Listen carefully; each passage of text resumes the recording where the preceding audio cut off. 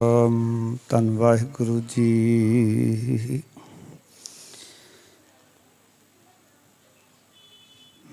ਦਸਤਗੀਰ ਹੋਏ ਪੰਜ ਪੀਰ,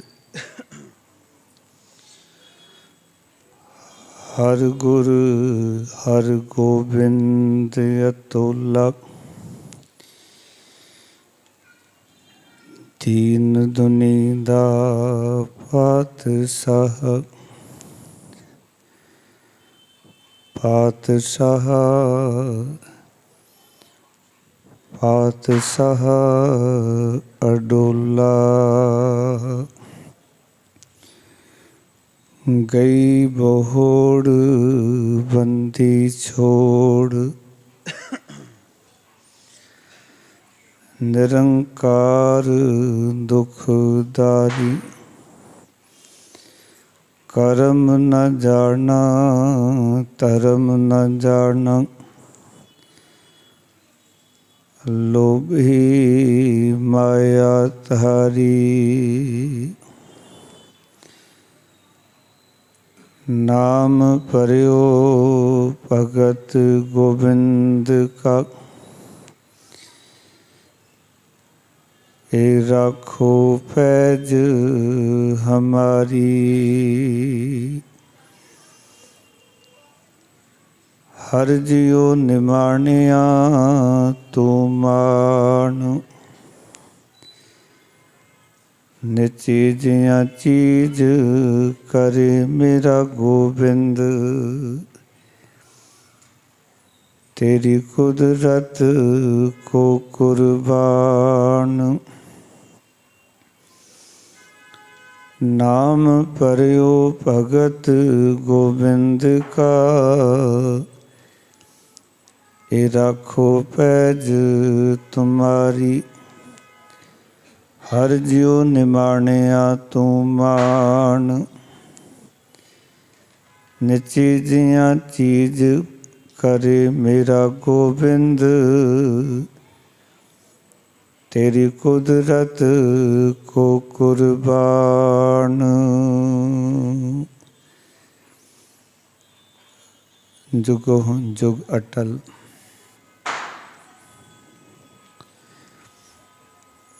ਰੂਹਾਨੀ ਗਿਆਨ ਦੇ ਮੁਜੱਸਮੇ, ਬਾਣੀ ਕੇ ਬੋਹਿਤ ਰਾਜਾਨ ਰਾਜ, ਪਾਨਾਨ ਪਾਨ ਦੇਵਾਨ ਦੇਵ ਉਪਮਾ ਮਹਾਨ ਸਤਿਗੁਰੂ ਧੰਨ ਧੰਨ ਸ੍ਰੀ ਗੁਰੂ ਗ੍ਰੰਥ ਸਾਹਿਬ ਮਹਾਰਾਜ ਜੀ ਦੀ ਪਾਵਨ ਹਜ਼ੂਰੀ ਵਿੱਚ ਜੁੜ ਬੈਠੇ ਸਤਸੰਗੀ ਜਨੋਂ, ਸਤਿਗੁਰ ਨੇ ਕਿਰਪਾ ਕੀਤੀ ਹੈ ਸਾਰਿਆਂ ਨੂੰ ਬੰਦੀ ਛੋੜ ਦਿਵਸ 'ਤੇ ਹਾਜ਼ਰੀਆਂ ਭਰਨ ਦਾ ਸੁਭਾਗ ਸਮਾਂ ਪ੍ਰਾਪਤ ਹੋਇਆ ਹੈ।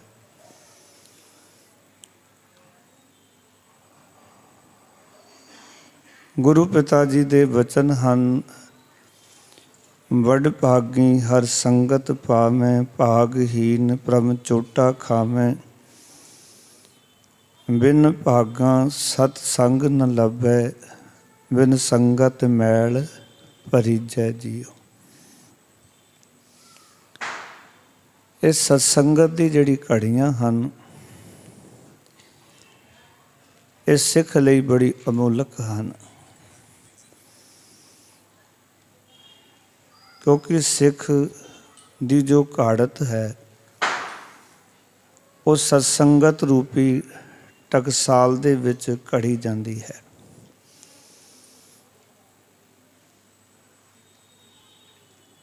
ਆਪਾਂ ਨੂੰ ਇਹ ਵਿਚਾਰਨਾ ਹੈ ਕਿ ਗੁਰੂ ਸਾਹਿਬਾਨਾਂ ਨੇ ਇੱਕ ਐਸੀ ਵਿਚਾਰ, ਐਸੀ ਪਰੰਪਰਾ, ਐਸਾ ਸਿਧਾਂਤ ਸਾਨੂੰ ਬਖਸ਼ਿਆ ਕਿ ਜਿੱਥੇ ਕਿ ਸੰਸਾਰ ਦੇ ਵਿੱਚ ਵਿਚਰਦਾ ਹੋਇਆ ਹਰ ਸਿੱਖ ਆਪਣੇ ਇਸ ਜੀਵਨ ਨੂੰ ਅੰਦਰੋਂ ਅਤੇ ਬਾਹਰੋਂ ਪੂਰਨ ਤੌਰ ਤੋਂ ਮੁਕਤ ਕਰੇ। ਕਿਉਂਕਿ ਜਦੋਂ ਅਸੀਂ ਆਪਣੇ ਜੀਵਨ ਵੱਲ ਝਾਤ ਮਾਰਾਂਗੇ, ਕਿਉਂਕਿ ਆਮ ਕਰਕੇ ਅਸੀਂ ਜਦੋਂ ਬੰਦੀ ਛੋੜ ਦਾਤੇ ਸਤਿਗੁਰੂ ਹਰਗੋਬਿੰਦ ਸਾਹਿਬ ਜੀ ਦੀ ਗੱਲ ਕਰਦੇ ਹਾਂ, ਸਾਨੂੰ ਸਾਰਿਆਂ ਨੂੰ ਇਹਦੇ ਪਤਾ ਹੈ ਕਿ ਗੁਰੂ ਸਾਹਿਬ ਜੀ ਨੇ 52 ਰਾਜਿਆਂ ਨੂੰ ਗਵਾਲੀਅਰ ਦੇ ਕਿਲੇ ਤੋਂ ਰਿਹਾ ਕਰਾਇਆ।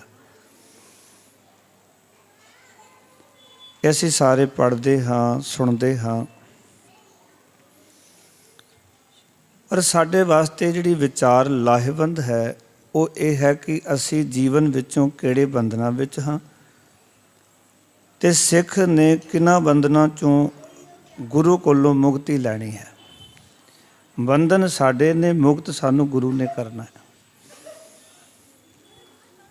ਜਿਵੇਂ ਜਿਵੇਂ ਹਰ ਸਿੱਖ ਜਗਿਆਸੂ ਆਪਣੇ ਵੱਲ ਝਾਤ ਮਾਰੇਗਾ, ਆਪਣੇ ਅੰਦਰ ਦੇ ਬੰਧਨਾਂ ਵੱਲ ਜਾਏਗਾ ਕਿ ਮੈਨੂੰ ਜੀਵਨ 'ਚ ਕਿਹੜੇ ਕਿਹੜੇ ਬੰਧਨ ਨੇ, ਕਿਹੜੀ ਕਿਹੜੀ ਰੁਕਾਵਟਾਂ ਨੇ। ਕਿਉਂਕਿ ਦੀਵਾਲੀ ਦਾ ਜਿਹੜਾ ਇਕੱਠ ਹੁੰਦਾ ਸੀ ਇਹ ਗੁਰਮਤਾ ਕਰਨ ਲਈ ਹੁੰਦਾ ਸੀ ਕਿ ਸਿੱਖ ਦੀ ਜੋ ਵੀ ਕੋਈ ਪ੍ਰੋਬਲਮ ਹੈ, ਕੋਈ ਮੁਸ਼ਕਲ ਆ ਰਹੀ ਹੈ ਜੀਵਨ 'ਚ, ਤਾਂ ਉਸ ਨੂੰ ਗੁਰੂ ਦਰ 'ਤੇ ਆ ਕੇ ਹੱਲ ਕਰਨਾ, ਤਾਂ ਕਿ ਜੀਵਨ ਆਸਾਨ ਹੋ ਜਾਏ, ਜੀਵਨ ਜੀਣਾ ਸਾਡਾ ਸੌਖਾ ਹੋ ਜਾਏ। ਸੋ ਜਿਤਨੇ ਵੀ ਜਗਿਆਸੂ ਗੁਰੂ ਕੇ ਸੇਵਕ, ਸਿੱਖ ਅਖਵਾਉਣ ਵਾਲੇ ਗੁਰੂ ਮਹਾਰਾਜ ਦੇ ਦਰ 'ਤੇ ਹਾਜ਼ਰੀਆਂ ਭਰ ਰਹੇ ਹਨ, ਆਓ ਅੱਜ ਗੁਰੂ ਹਰਗੋਬਿੰਦ ਸਾਹਿਬ ਜੀ ਦੇ ਜੀਵਨ ਤੋਂ ਪ੍ਰੇਰਨਾ ਲੈ ਕੇ ਆਪਣੇ ਜੀਵਨ ਨੂੰ ਸਫਲਾ ਕਰੀਏ। ਗੁਰੂ ਗ੍ਰੰਥ ਸਾਹਿਬ ਜੀ ਦੇ ਚਰਨਾਂ 'ਚ ਲਵਾਓ ਸਾਰੇ ਹਾਜ਼ਰੀਆਂ, ਇੱਕ ਮਨ ਇੱਕ ਚਿੱਤ ਹੋ ਕੇ। ਜਿਤਨਾ ਸਮਾਂ ਵੀ ਗੁਰੂ ਕੀ ਸੰਗਤ 'ਚ ਬੈਠੋ, ਗੁਰੂ ਮਹਾਰਾਜ ਜੀ ਦੀ ਭੈ ਭਾਵਨੀ ਵਿੱਚ ਰਹਿ ਕੇ ਬੈਠਣਾ, ਤਾਂ ਕਿ ਗੁਰੂ ਦੀ ਮਿਹਰ ਦਾ ਹੱਥ ਸਾਡੇ ਸਿਰ 'ਤੇ ਬਣਿਆ ਰਹੇ। ਕਿਉਂਕਿ ਜਦੋਂ ਆਪਾਂ ਗੁਰੂ ਸਾਹਿਬ ਦੇ ਦਰ 'ਤੇ ਆ ਕੇ ਗੁਰੂ ਦੇ ਭੈ ਭਾਵਨੀ ਵਿੱਚ, ਡਰ ਵਿੱਚ ਰਹਿੰਦੇ ਹਾਂ, ਤਾਂ ਗੁਰੂ ਦੀ ਬਖਸ਼ਿਸ਼ ਸਿੱਖ ਦੇ ਉੱਤੇ ਬਣੀ ਰਹਿੰਦੀ ਹੈ। ਸੋ ਪਿਆਰ ਨਾਲ ਸਾਰਿਆਂ ਨੇ ਆਪਣੇ ਪਰਿਵਾਰ ਦੇ ਭਲੇ ਲਈ, ਆਪਣੇ ਬੱਚਿਆਂ ਦੇ ਭਲੇ ਲਈ, ਕੌਮ ਪੰਥ ਦੀ ਚੜ੍ਹਦੀ ਕਲਾ ਲਈ ਗੁਰੂ ਗ੍ਰੰਥ ਸਾਹਿਬ ਜੀ ਨੂੰ ਸੀਸ ਝੁਕਾਉਣਾ ਹੈ। ਸਾਹਿਬ ਕਮਾਲ ਸਰਵੰਸਦਾਨੀ ਪਿਤਾ ਗੁਰੂ ਗੋਬਿੰਦ ਸਿੰਘ ਮਹਾਰਾਜ ਜੀ ਦੀ ਬਖਸ਼ੀ ਪਾਵਨ ਫਤਿਹ, ਵਾ ਸਤਿਕਾਰ, ਵਾ ਪਿਆਰ, ਬੈਰਾਗ ਵਿੱਚ ਭਿੱਜ ਕੇ ਸਾਰੇ ਆਖੋ ਜੀ ਵਾਹਿਗੁਰੂ ਜੀ ਕਾ ਖਾਲਸਾ, ਵਾਹਿਗੁਰੂ ਜੀ ਕੀ ਫਤਿਹ। ਗੁਰੂ ਨਾਨਕ ਪਾਤਸ਼ਾਹ ਨੇ, ਕਿਉਂਕਿ ਜਦੋਂ ਆਪਾਂ ਬੰਦੀ ਛੋੜ ਤੱਕ ਆਉਣਾ ਤੇ ਗੱਲ ਗੁਰੂ ਨਾਨਕ ਪਾਤਸ਼ਾਹ ਤੋਂ ਆਰੰਭ ਕਰਨੀ ਪਏਗੀ।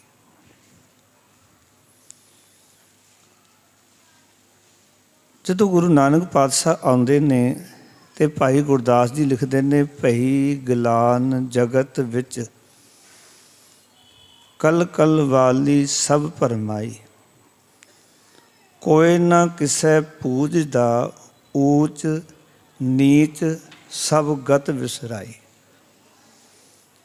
ਜਦੋਂ ਗੁਰੂ ਨਾਨਕ ਪਾਤਸ਼ਾਹ ਜੀ ਦਾ ਆਗਮਨ ਹੁੰਦਾ ਹੈ, ਗੁਰੂ ਨਾਨਕ ਪਾਤਸ਼ਾਹ ਇਸ ਕਾਇਨਾਤ ਧਰਤੀ ਵਿੱਚ ਪ੍ਰਗਟ ਹੁੰਦੇ ਹਨ, ਤਾਂ ਗੁਰੂ ਨਾਨਕ ਪਾਤਸ਼ਾਹ ਜੀ ਨੇ ਸਭ ਤੋਂ ਪਹਿਲਾਂ ਇਹ ਵੇਖਿਆ ਕਿ ਜਗਤ ਵਿੱਚ ਚੱਲ ਕੀ ਰਿਹਾ ਹੈ, ਲੋਕ ਕਿਹੜੀ ਅਵਸਥਾ ਵਿੱਚ ਜੀ ਰਹੇ ਹਨ। ਤੇ ਗੁਰੂ ਸਾਹਿਬ ਜੀ ਨੇ ਕੀ ਵੇਖਿਆ ਕਿ ਜਗਤ ਦੇ ਅੰਦਰ ਇੱਕ ਬੜੀ ਵੱਡੀ ਗਿਲਾਨੀ ਹੈ, ਨਫ਼ਰਤ ਹੈ। ਇੱਕ ਦੂਜੇ ਬੰਦੇ ਨੂੰ ਦੇਖਣ ਵਾਸਤੇ ਦੂਜਾ ਬੰਦਾ ਤਿਆਰ ਨਹੀਂ, ਇੱਕ ਦੂਜੇ ਤੋਂ ਬੰਦਾ ਚਿੜਦਾ ਹੈ, ਇੱਕ ਦੂਜੇ ਨੂੰ ਮਾੜਾ ਕਹਿ ਕੇ ਆਪਣੇ ਆਪ ਨੂੰ ਉੱਚੇ ਹੋਣ ਦਾ ਝੰਡਾ ਚੁੱਕੀ ਫਿਰਦਾ ਹੈ। ਪਿਆਰ ਵੱਲ ਸੱਚ ਜਾਣਨਾ, ਸਾਰੇ ਪਾਸੇ ਕਲੇਸ਼ ਹੈ। ਪਰ ਜਦੋਂ ਆਪਾਂ ਬਰੀਕੀ ਵਿੱਚ ਜਾਵਾਂਗੇ, ਭਾਵੇਂ ਕਲੇਸ਼ ਸਮਾਜਿਕ ਹੋਵੇ, ਰਾਜਨੀਤਿਕ ਹੋਵੇ, ਪਰਿਵਾਰਕ ਹੋਵੇ, ਧਾਰਮਿਕ ਹੋਵੇ, ਉਸ ਦਾ ਕਾਰਨ ਇੱਕੋ ਇੱਕ ਹੁੰਦਾ ਹੈ ਕਿ ਜਦੋਂ ਸਾਡੇ ਜੀਵਨ ਵਿੱਚੋਂ ਸ਼ੁਭ ਗੁਣ ਤੇ ਅਸ਼ੁਭ ਗੁਣ, ਅਸ਼ੁਭ ਅਵਗੁਣ ਜਿਹੜੇ ਨੇ ਉਹਨਾਂ ਦੀ ਵਿਚਾਰ ਭੁੱਲ ਜਾਂਦੀ ਹੈ। ਪਹੀ ਗਲਾਨ ਜਗਤ ਵਿੱਚ ਕਲ ਕਲ ਵਾਲੀ ਸਭ ਭਰਮਾਈ, ਕੋਈ ਨਾ ਕਿਸੇ ਪੂਜਦਾ ਊਚ ਨੀਚ ਸਭ ਗਤ ਵਿਸਰਾਈ। ਉੱਚੇ ਗੁਣਾਂ ਦੀ ਗਤ, ਗਤ ਦਾ ਅਰਥ ਹੈ ਅਵਸਥਾ। ਉੱਚੇ ਗੁਣ ਪ੍ਰਾਪਤ ਕਰਕੇ ਕੀ ਅਵਸਥਾ ਮਿਲਦੀ ਹੈ? ਜੀਵਨ ਵਿੱਚ ਅਵਗੁਣ ਇਕੱਠੇ ਕਰਕੇ ਸਾਡਾ ਜੀਵਨ ਕਿੱਦਾਂ ਦਾ ਹੁੰਦਾ ਹੈ, ਇਹ ਗੱਲ ਬੰਦੇ ਨੂੰ ਭੁੱਲ ਗਈ ਸੀ। ਗੁਰੂ ਨਾਨਕ ਪਾਤਸ਼ਾਹ ਜੀ ਨੇ ਅਵਤਾਰ ਧਾਰਿਆ, ਸੁਣੀ ਪੁਕਾਰ ਦਾਤਾਰ ਪ੍ਰਭ ਗੁਰੂ ਨਾਨਕ ਜਗ ਮਾਏ ਪਠਾਇਆ, ਕਲ ਤਾਰਨ ਗੁਰੂ ਨਾਨਕ ਆਇਆ। ਕਲਯੁਗ ਨੂੰ ਤਾਰਨ ਵਾਸਤੇ ਸਤਿਗੁਰ ਪ੍ਰਗਟ ਹੋਏ। ਸਤਿਗੁਰੂ ਨਾਨਕ ਪ੍ਰਗਟਿਆ ਮਿੱਟੀ ਧੁੰਦ ਜਗ ਚਾਨਣ ਹੋਆ, ਜੋ ਕਰ ਸੂਰਜ ਨਿਕਲਿਆ ਤਾਰੇ ਛਪੇ ਅੰਧੇਰ ਪਲੋਆ। ਜਿਵੇਂ ਸੂਰਜ ਨਿਕਲਦਾ ਹੈ ਨਾ, ਰਾਤ ਦੇ ਤਾਰੇ ਜੋ ਟਿਮਟਿਮਾ ਰਹੇ ਹੁੰਦੇ ਨੇ ਉਹ ਛੁਪ ਜਾਂਦੇ ਹਨ। ਰਾਤ ਦਾ ਹਨੇਰਾ ਵੀ ਸੂਰਜ ਚੜ੍ਹਨ ਦੇ ਨਾਲ ਦੂਰ ਹੋ ਜਾਂਦਾ ਹੈ। ਗੁਰੂ ਨਾਨਕ ਪਾਤਸ਼ਾਹ ਜੀ ਦੇ ਪ੍ਰਕਾਸ਼ ਨਾਲ ਜਗਤ ਵਿੱਚ ਜਿਹੜਾ ਮੈਂ ਮੇਰੀ ਦਾ ਹਨੇਰਾ ਸੀ, ਜਿਹੜਾ ਜਗਤ ਵਿੱਚ ਇੱਕ ਦੂਜੇ ਦਾ ਸਤਿਕਾਰ ਕਰਨਾ ਲੋਕਾਂ ਨੇ ਬੰਦ ਕਰ ਦਿੱਤਾ ਸੀ, ਕੋਈ ਇੱਕ ਦੂਜੇ ਨੂੰ ਵੇਖਣਾ ਪਸੰਦ ਨਹੀਂ ਸੀ ਕਰਦਾ, ਗੁਰੂ ਨਾਨਕ ਪਾਤਸ਼ਾਹ ਨੇ ਇਹ ਹਨੇਰਾ ਆ ਕੇ ਸੰਸਾਰ ਦਾ ਦੂਰ ਕੀਤਾ। ਲੋਕਾਂ ਦੇ ਵਿੱਚ ਜਿਹੜੀ ਘਾਟ ਸੀ ਉਸ ਤੋਂ ਲੋਕਾਂ ਨੂੰ ਜਾਗਰੂਕ ਕੀਤਾ ਔਰ ਇੱਕ ਬੜੀ ਪਿਆਰੀ ਵਿਚਾਰਧਾਰਾ ਨੂੰ ਗੁਰੂ ਨਾਨਕ ਪਾਤਸ਼ਾਹ ਨੇ ਪ੍ਰਚਾਰਿਆ। ਹਮ ਨਹੀਂ ਚੰਗੇ ਬੁਰਾ ਨਹੀਂ ਕੋਏ, ਪ੍ਰਣਵਤ ਨਾਨਕ ਤਾਰੈ ਸੋਏ। ਕਿਉਂਕਿ ਜ਼ਿੰਦਗੀ ਵਿੱਚ ਕਲੇਸ਼ ਹੀ ਉਦੋਂ ਪੈਦਾ ਹੁੰਦਾ ਹੈ। ਯਾਦ ਰੱਖਣਾ, ਕਿਸੇ ਵੀ ਪੱਖ ਦਾ ਕਲੇਸ਼ ਹੋਵੇ, ਕਿਸੇ ਵੀ ਕਿੱਤੇ ਨਾਲ ਅਸੀਂ ਸੰਬੰਧ ਰੱਖਦੇ ਹਾਂ, ਕਲੇਸ਼ ਦਾ ਕਾਰਨ ਵੀ ਇਹੀ ਹੈ ਕਿ ਮੈਂ ਚੰਗਾ ਹਾਂ ਤੇ ਦੂਜਾ ਮਾੜਾ ਹੈ। ਉੱਥੇ ਕਲੇਸ਼ ਦਾ ਜਨਮ ਹੁੰਦਾ, ਭਾਵੇਂ ਪਰਿਵਾਰ ਦਾ ਕਲੇਸ਼ ਹੈ, ਭਾਵੇਂ ਉਹ ਸਮਾਜਿਕ ਕਲੇਸ਼ ਹੈ, ਧਾਰਮਿਕ ਕਲੇਸ਼ ਨੇ। ਜਿਤਨੇ ਵੀ ਕਲੇਸ਼ ਨੇ ਉਹਨਾਂ ਦੀ ਜੜ ਇੱਕੋ ਇੱਕ ਚੀਜ਼ ਹੈ, ਜੋ ਮੂਲ ਗੱਲ ਹੈ ਉਹ ਇਹ ਹੈ ਕਿ ਮੈਂ ਚੰਗਾ ਹਾਂ। ਇਹ ਕਲੇਸ਼ ਦੀ ਜੜ ਹੈ। ਗੁਰੂ ਨਾਨਕ ਪਾਤਸ਼ਾਹ ਨੇ ਜੜ ਨੂੰ ਫੜ ਲਿਆ। ਦੇਖੋ ਨਾ, ਕੋਈ ਰੁੱਖ ਸੁੱਕਦਾ ਹੋਵੇ ਨਾ ਤੇ ਤੁਸੀਂ ਤਣੇ ਦਾ ਟ੍ਰੀਟਮੈਂਟ ਕਰੋ, ਕੋਈ ਲਾਭ ਨਹੀਂ। ਉਹਦੇ ਪੱਤਾਂ ਨੂੰ ਇੰਜੈਕਸ਼ਨ ਲਗਾਓ, ਉਹਦੀ ਟਹਿਣੀਆਂ ਨੂੰ ਇੰਜੈਕਸ਼ਨ ਲਗਾਓ, ਕੋਈ ਲਾਭ ਨਹੀਂ। ਜੇ ਰੁੱਖ ਨੂੰ ਤੁਸੀਂ ਸਹੀ ਸਲਾਮਤ ਰੱਖਣਾ ਚਾਹੁੰਦੇ ਤਾਂ ਜੜ ਦਾ ਇਲਾਜ ਕਰਨਾ ਪਏਗਾ। ਗੱਲ ਸਮਝ ਆ ਰਹੀ ਹੈ ਨਾ ਸਾਰਿਆਂ ਨੂੰ? ਜੜ ਦਾ ਇਲਾਜ ਕਰਨਾ ਪਏਗਾ। ਤਨਿਆਂ ਦਾ ਇਲਾਜ ਕਰਕੇ, ਪੱਤਿਆਂ ਦਾ ਇਲਾਜ ਕਰਕੇ, ਟਹਿਣੀਆਂ ਦਾ ਇਲਾਜ ਕਰਕੇ ਮੁੜ ਦਾ ਇਲਾਜ ਕਰਨ ਦਾ ਕੋਈ ਲਾਭ ਨਹੀਂ ਹੈ, ਕਿਉਂਕਿ ਜੜ ਦੇ ਵਿੱਚ ਬਿਮਾਰੀ ਹੈ। ਅਤੇ ਜਿੱਥੇ ਜੜ ਦੇ ਵਿੱਚ ਬਿਮਾਰੀ ਸੀ, ਗੁਰੂ ਨਾਨਕ ਪਿਤਾ ਮਹਾਰਾਜ ਨੇ ਸਾਧ ਸੰਗਤ ਜੀ ਉਸ ਜੜ ਨੂੰ ਧਿਆਨ ਨਾਲ ਤੱਕਿਆ। ਭਾਈ ਗੁਰਦਾਸ ਜੀ ਨੇ ਇੱਥੇ ਤੱਕ ਲਿਖਿਆ ਕਿ ਬਾਬਾ ਦੇਖੈ ਧਿਆਨ ਧਰ, ਜਲਤੀ ਸਭ ਪ੍ਰਥਮੀ ਦਸਿਆਈ, ਬਾਜੋ ਗੁਰੂ ਗੁਬਾਰ ਹੈ ਕਰਤੀ ਸੁਣੀ ਲੁਕਾਈ। ਹਾਹਾਕਾਰ ਮਚੀ ਹੋਈ ਸੀ, ਲੜਾਈ ਝਗੜੇ ਹੋ ਰਹੇ ਸਨ। ਗੁਰੂ ਨਾਨਕ ਪਾਤਸ਼ਾਹ ਜੀ ਚਾਹੁੰਦੇ ਸਨ ਕਿ ਜੇ ਸਮਾਜ ਦੀ ਜਿਹੜੀ ਹਾਹਾਕਾਰ ਹੈ ਨਾ, ਇਹ ਹਾਹਾਕਾਰ ਨੂੰ ਦੂਰ ਕੀਤਾ ਜਾਏ, ਕਿਉਂਕਿ ਹਾਹਾਕਾਰ ਉਨਾ ਚਿਰ ਰਹੇਗੀ ਸਮਾਜ ਦੇ ਵਿੱਚ, ਪਰਿਵਾਰ ਦੇ ਵਿੱਚ, ਸੰਸਾਰ ਦੇ ਧਰਮਾਂ ਦੇ ਵਿੱਚ, ਜਿੰਨਾ ਚਿਰ ਹਰ ਇੱਕ ਧਰਮ ਦਾ ਬੰਦਾ ਆਪਣੇ ਆਪ ਨੂੰ ਉੱਚਾ ਝੰਡਾ ਲੈ ਕੇ ਚੱਕੀ ਫਿਰਦਾ ਵੀ ਮੈਂ ਸਭ ਤੋਂ ਉੱਚਾ। ਪਰ ਬਾਪੂ ਨਾਨਕ ਨੇ ਆਖਿਆ, ਹਮ ਨਹੀਂ ਚੰਗੇ ਬੁਰਾ ਨਹੀਂ ਕੋਏ, ਪ੍ਰਣਵਤ ਨਾਨਕ ਤਾਰੈ ਸੋਏ। ਇਸ ਪ੍ਰਚਾਰ ਨੂੰ ਗੁਰੂ ਸਾਹਿਬ ਜੀ ਨੇ ਚਾਰੇ ਪਾਸੇ ਕੀਤਾ। ਗੁਰਸਿੱਖੋ, ਜਿਤਨੇ ਵੀ ਤੁਸੀਂ ਹਾਜ਼ਰੀਆਂ ਭਰਨ ਆਏ ਹੋ, ਹਾਜ਼ਰੀਆਂ ਭਰ ਰਹੇ ਹੋ, ਧਿਆਨ ਨਾਲ ਗੱਲ ਨੂੰ ਸੁਣਨਾ। ਜਿਹੜੇ ਲੋਕਾਂ ਦੀ ਆਦਿ ਕਾਲ ਤੋਂ ਰਾਜਨੀਤੀ ਰਹੀ ਹੈ ਕਿ ਮਨੁੱਖਤਾ ਨੂੰ ਪਾੜੋ ਅਤੇ ਰਾਜ ਕਰੋ, ਇਹ ਅੱਜ ਦੀ ਰਾਜਨੀਤੀ ਨਹੀਂ ਹੈ। ਇਹ ਸਦੀਆਂ ਤੋਂ ਰਾਜਨੀਤੀ ਚੱਲ ਰਹੀ ਹੈ ਕਿ ਪਾੜੋ ਅਤੇ ਰਾਜ ਕਰੋ, ਮਨੁੱਖਤਾ ਨੂੰ ਆਪਸ ਵਿੱਚ ਲੜਾਓ। ਦੇਖੋ ਨਾ, ਸਹੀ ਧਰਮ ਦੀ ਵਿਚਾਰਧਾਰਾ ਤਾਂ ਇਹ ਹੈ ਕਿ ਮਜ਼ਹਬ ਨਹੀਂ ਚਾਹਤਾ ਆਪਸ ਵਿੱਚ ਵੈਰ ਰੱਖਣਾ। ਜਿਹੜਾ ਮਜ਼ਹਬ ਹੈ, ਧਰਮ ਹੈ, ਧਰਮ ਦੀ ਸਭ ਤੋਂ ਉੱਚੀ ਇਹ ਪੌੜੀ ਹੈ ਕਿ ਕੋਈ ਮਜ਼ਹਬ, ਕੋਈ ਧਰਮ ਦਾ ਜਿਹੜਾ ਅੰਦਰ ਦਾ ਖਿਆਲ ਹੈ, ਉਹ ਆਪਸ ਵਿੱਚ ਇੱਕ ਦੂਜੇ ਨਾਲ ਵੈਰ ਕਰਨਾ ਨਹੀਂ ਸਿਖਾਉਂਦਾ। ਕੋਈ ਵੀ ਧਰਮ ਹੈ ਦੁਨੀਆ ਦਾ। ਫਿਰ ਇਤਨੇ ਵੈਰ ਵਿਰੋਧ ਕਿਉਂ ਨੇ? ਵੈਰ ਵਿਰੋਧ ਦਾ ਕਾਰਨ ਵੀ ਇਹ ਰਿਹਾ ਕਿ ਜਿਹੜੇ ਧਾਰਮਿਕ ਮੇਰੇ ਵਰਗੇ ਆਗੂ ਹੋਏ ਜਾਂ ਹੋਣਗੇ ਅੱਗੇ, ਯਾਦ ਰੱਖਣਾ, ਉਹ ਮਨੁੱਖਤਾ ਨੂੰ ਆਪਸ ਵਿੱਚ ਲੜਾ ਕੇ ਆਪਣੀ ਕਮਾਈ ਦਾ ਸਾਧਨ ਧਰਮਾਂ ਵਿੱਚੋਂ, ਮਨੁੱਖਤਾ ਵਿੱਚੋਂ ਲੱਭਦੇ ਰਹੇ। ਉਹ ਲੱਭ ਰਹੇ ਨੇ, ਅੱਜ ਵੀ ਸਾਰਾ ਕੁਝ ਚੱਲ ਰਿਹਾ। ਗੁਰੂ ਨਾਨਕ ਪਾਤਸ਼ਾਹ ਜੀ ਨੇ ਉਸ ਨੂੰ ਠੀਕ ਕਰਨ ਵਾਸਤੇ ਲੋਕਾਂ ਨੂੰ ਜਾਗਰੂਕ ਕੀਤਾ। ਇਹ ਪਾਠ ਪੜਾਇਆ ਗਿਆ ਕਿ ਸਭੈ ਘਟ ਰਾਮ ਬੋਲੇ, ਰਾਮਾ ਬੋਲੇ, ਰਾਮ ਬਿਨਾ ਕੋ ਬੋਲੇ ਰੇ।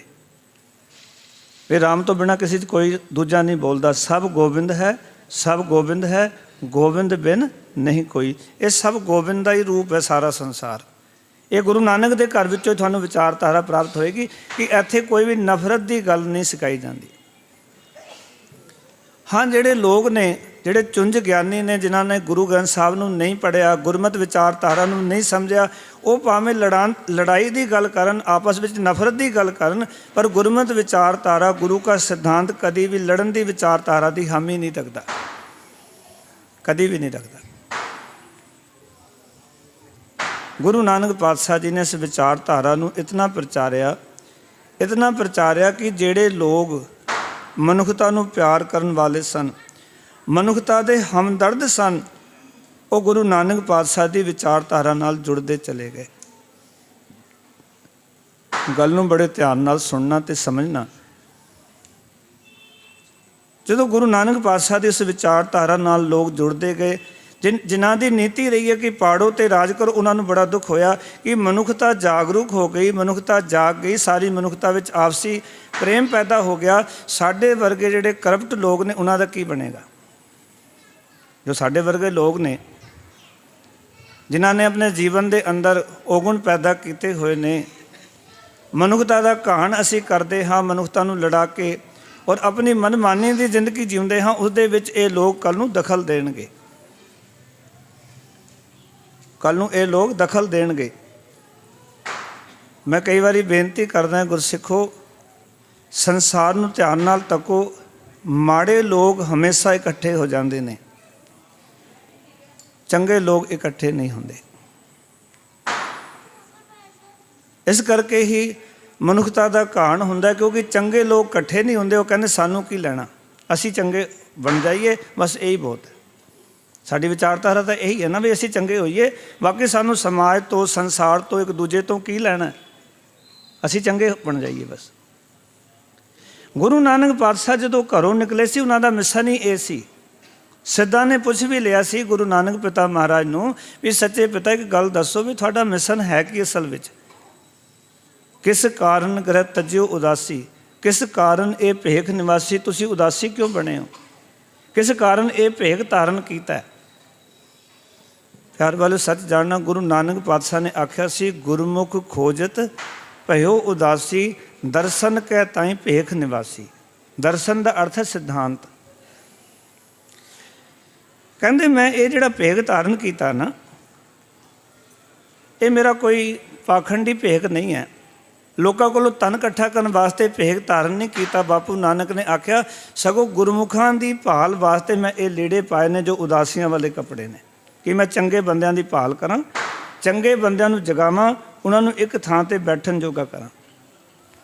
ਕਿਉਂਕਿ ਕੋਈ ਕੰਦਰਾਂ ਵਿੱਚ ਛੁਪ ਕੇ ਬੈਠਾ ਹੋਇਆ ਸੀ, ਕੋਈ ਸੁਮੇਰ ਪਰਬਤ 'ਤੇ ਚੜ੍ਹ ਕੇ ਬੈਠਾ ਹੋਇਆ ਸੀ, ਕੋਈ ਕਿਸੇ ਪਾਸੇ ਗੋਰਖਮਤੇ ਵਿੱਚ ਜਾ ਕੇ ਬੈਠਾ ਹੋਇਆ ਸੀ, ਕੋਈ ਕਿਸੇ ਹੋਰ ਪਾਸੇ ਬੈਠਾ ਹੋਇਆ ਸੀ। ਗੁਰੂ ਸਾਹਿਬ ਜੀ ਨੇ ਸਾਰਿਆਂ ਦੀ ਭਾਲ ਕੀਤੀ।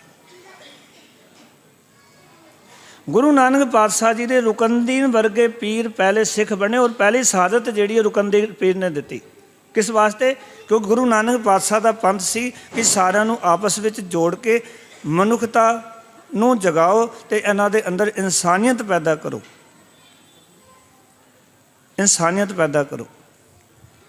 ਜਦੋਂ ਗੁਰੂ ਨਾਨਕ ਪਾਤਸ਼ਾਹ ਨੇ ਘਰ ਦੇ ਇਨਸਾਨੀਅਤ ਦੀ ਗੱਲ ਕੀਤੀ, ਮਨੁੱਖਤਾ ਦੀ ਗੱਲ ਕੀਤੀ, ਗੁਰੂ ਅੰਗਦ ਦੇਵ ਜੀ ਮਹਾਰਾਜ ਦਾ ਵੇਲਾ ਆਇਆ। ਗੁਰਸਿੱਖੋ, ਗੁਰੂ ਅੰਗਦ ਦੇਵ ਜੀ ਮਹਾਰਾਜ ਨੇ ਪਹਿਲ ਕਦਮੀ ਇਹ ਕੀਤੀ ਕਿ ਜਿਨ੍ਹਾਂ ਨੂੰ ਸੂਦਰ ਕਰਕੇ ਦੁਰਕਾਰਿਆ ਜਾਂਦਾ ਸੀ, ਤਾਲੀਮ ਲੈਣ ਦਾ ਕੋਈ ਅਧਿਕਾਰ ਨਹੀਂ ਸੀ, ਗੁਰੂ ਪਿਤਾ ਜੀ ਨੇ ਉਹਨਾਂ ਨੂੰ ਤਾਲੀਮ ਦਿੱਤੀ, ਉਹਨਾਂ ਨੂੰ ਵਿਦਿਆ ਦਿੱਤੀ, ਉਹਨਾਂ ਨੂੰ ਉਹ ਅੱਖਰ ਪੜ੍ਹਾਏ ਜਿਹੜੇ ਅੱਖਰ ਪੜ੍ਹ ਕੇ ਮਨੁੱਖ ਨੂੰ ਜੀਵਨ ਵਿੱਚ ਤਹਿਜ਼ੀਬ ਆਉਂਦੀ ਹੈ, ਜ਼ਿੰਦਗੀ ਜੀਣ ਦੀ, ਜੀਵਨ ਜਿਉਣ ਦਾ ਸਲੀਕਾ ਆਉਂਦਾ। ਗੁਰੂ ਪਿਤਾ ਨੇ ਉਹ ਤਹਿਜ਼ੀਬ ਦਿੱਤੀ। ਤੇ ਜਿਨ੍ਹਾਂ ਨੂੰ ਇਹ ਸੀ ਵੀ ਅਸੀਂ ਪੜ੍ਹ ਹੀ ਨਹੀਂ ਸਕਦੇ, ਸਾਨੂੰ ਪੜ੍ਹਨ ਦਾ ਅਧਿਕਾਰ ਹੀ ਨਹੀਂ ਹੈ, ਉਹ ਲੋਕ ਗੁਰੂ ਪਿਤਾ ਜੀ ਕੋਲ ਆ ਕੇ ਵਿੱਦਿਆ ਪ੍ਰਾਪਤ ਕਰਦੇ ਰਹੇ। ਔਰ ਗੁਰੂ ਪਿਤਾ ਜੀ ਨੇ ਵਿੱਦਿਆ ਦੇ ਕੇ ਉਹਨਾਂ ਲੋਕਾਂ ਨੂੰ ਦੇਸ਼ ਦੀ ਇਸ ਖਲਾਸੀ ਵਿੱਚੋਂ, ਇਹਨਾਂ ਬੰਦਿਸ਼ਾਂ ਵਿੱਚੋਂ ਉਹਨਾਂ ਨੂੰ ਬੰਦੀ ਛੁਡਾਇਆ। ਗੁਰੂ ਨਾਨਕ ਪਾਤਸ਼ਾਹ ਨੇ ਲੋਕਾਂ ਨੂੰ ਆਪਣੀ ਵਿਚਾਰਧਾਰਾ ਦੇ ਕੇ ਜਾਤ ਪਾਤ, ਊਚ ਨੀਚ, ਇਹਨਾਂ ਚੀਜ਼ਾਂ ਤੋਂ ਮੁਕਤ ਕੀਤਾ। ਜਦੋਂ ਆਪਾਂ ਸਾਰੇ ਗੁਰੂਆਂ ਦਾ ਯੋਗਦਾਨ ਵੇਖਦੇ ਨਾ ਬੰਦੀ ਛੋੜ ਦਿਵਸ 'ਤੇ, ਕਿਉਂਕਿ ਇਕੱਲੇ ਹਰਗੋਬਿੰਦ ਸਾਹਿਬ ਜੀ ਦਾ ਯੋਗਦਾਨ ਨਹੀਂ ਹੈ, ਪਹਿਲੇ ਗੁਰੂ ਸਾਹਿਬਾਨਾਂ ਦਾ ਬਹੁਤ ਵੱਡਾ ਇਸ ਦੇ ਵਿੱਚ ਯੋਗਦਾਨ ਰਿਹਾ।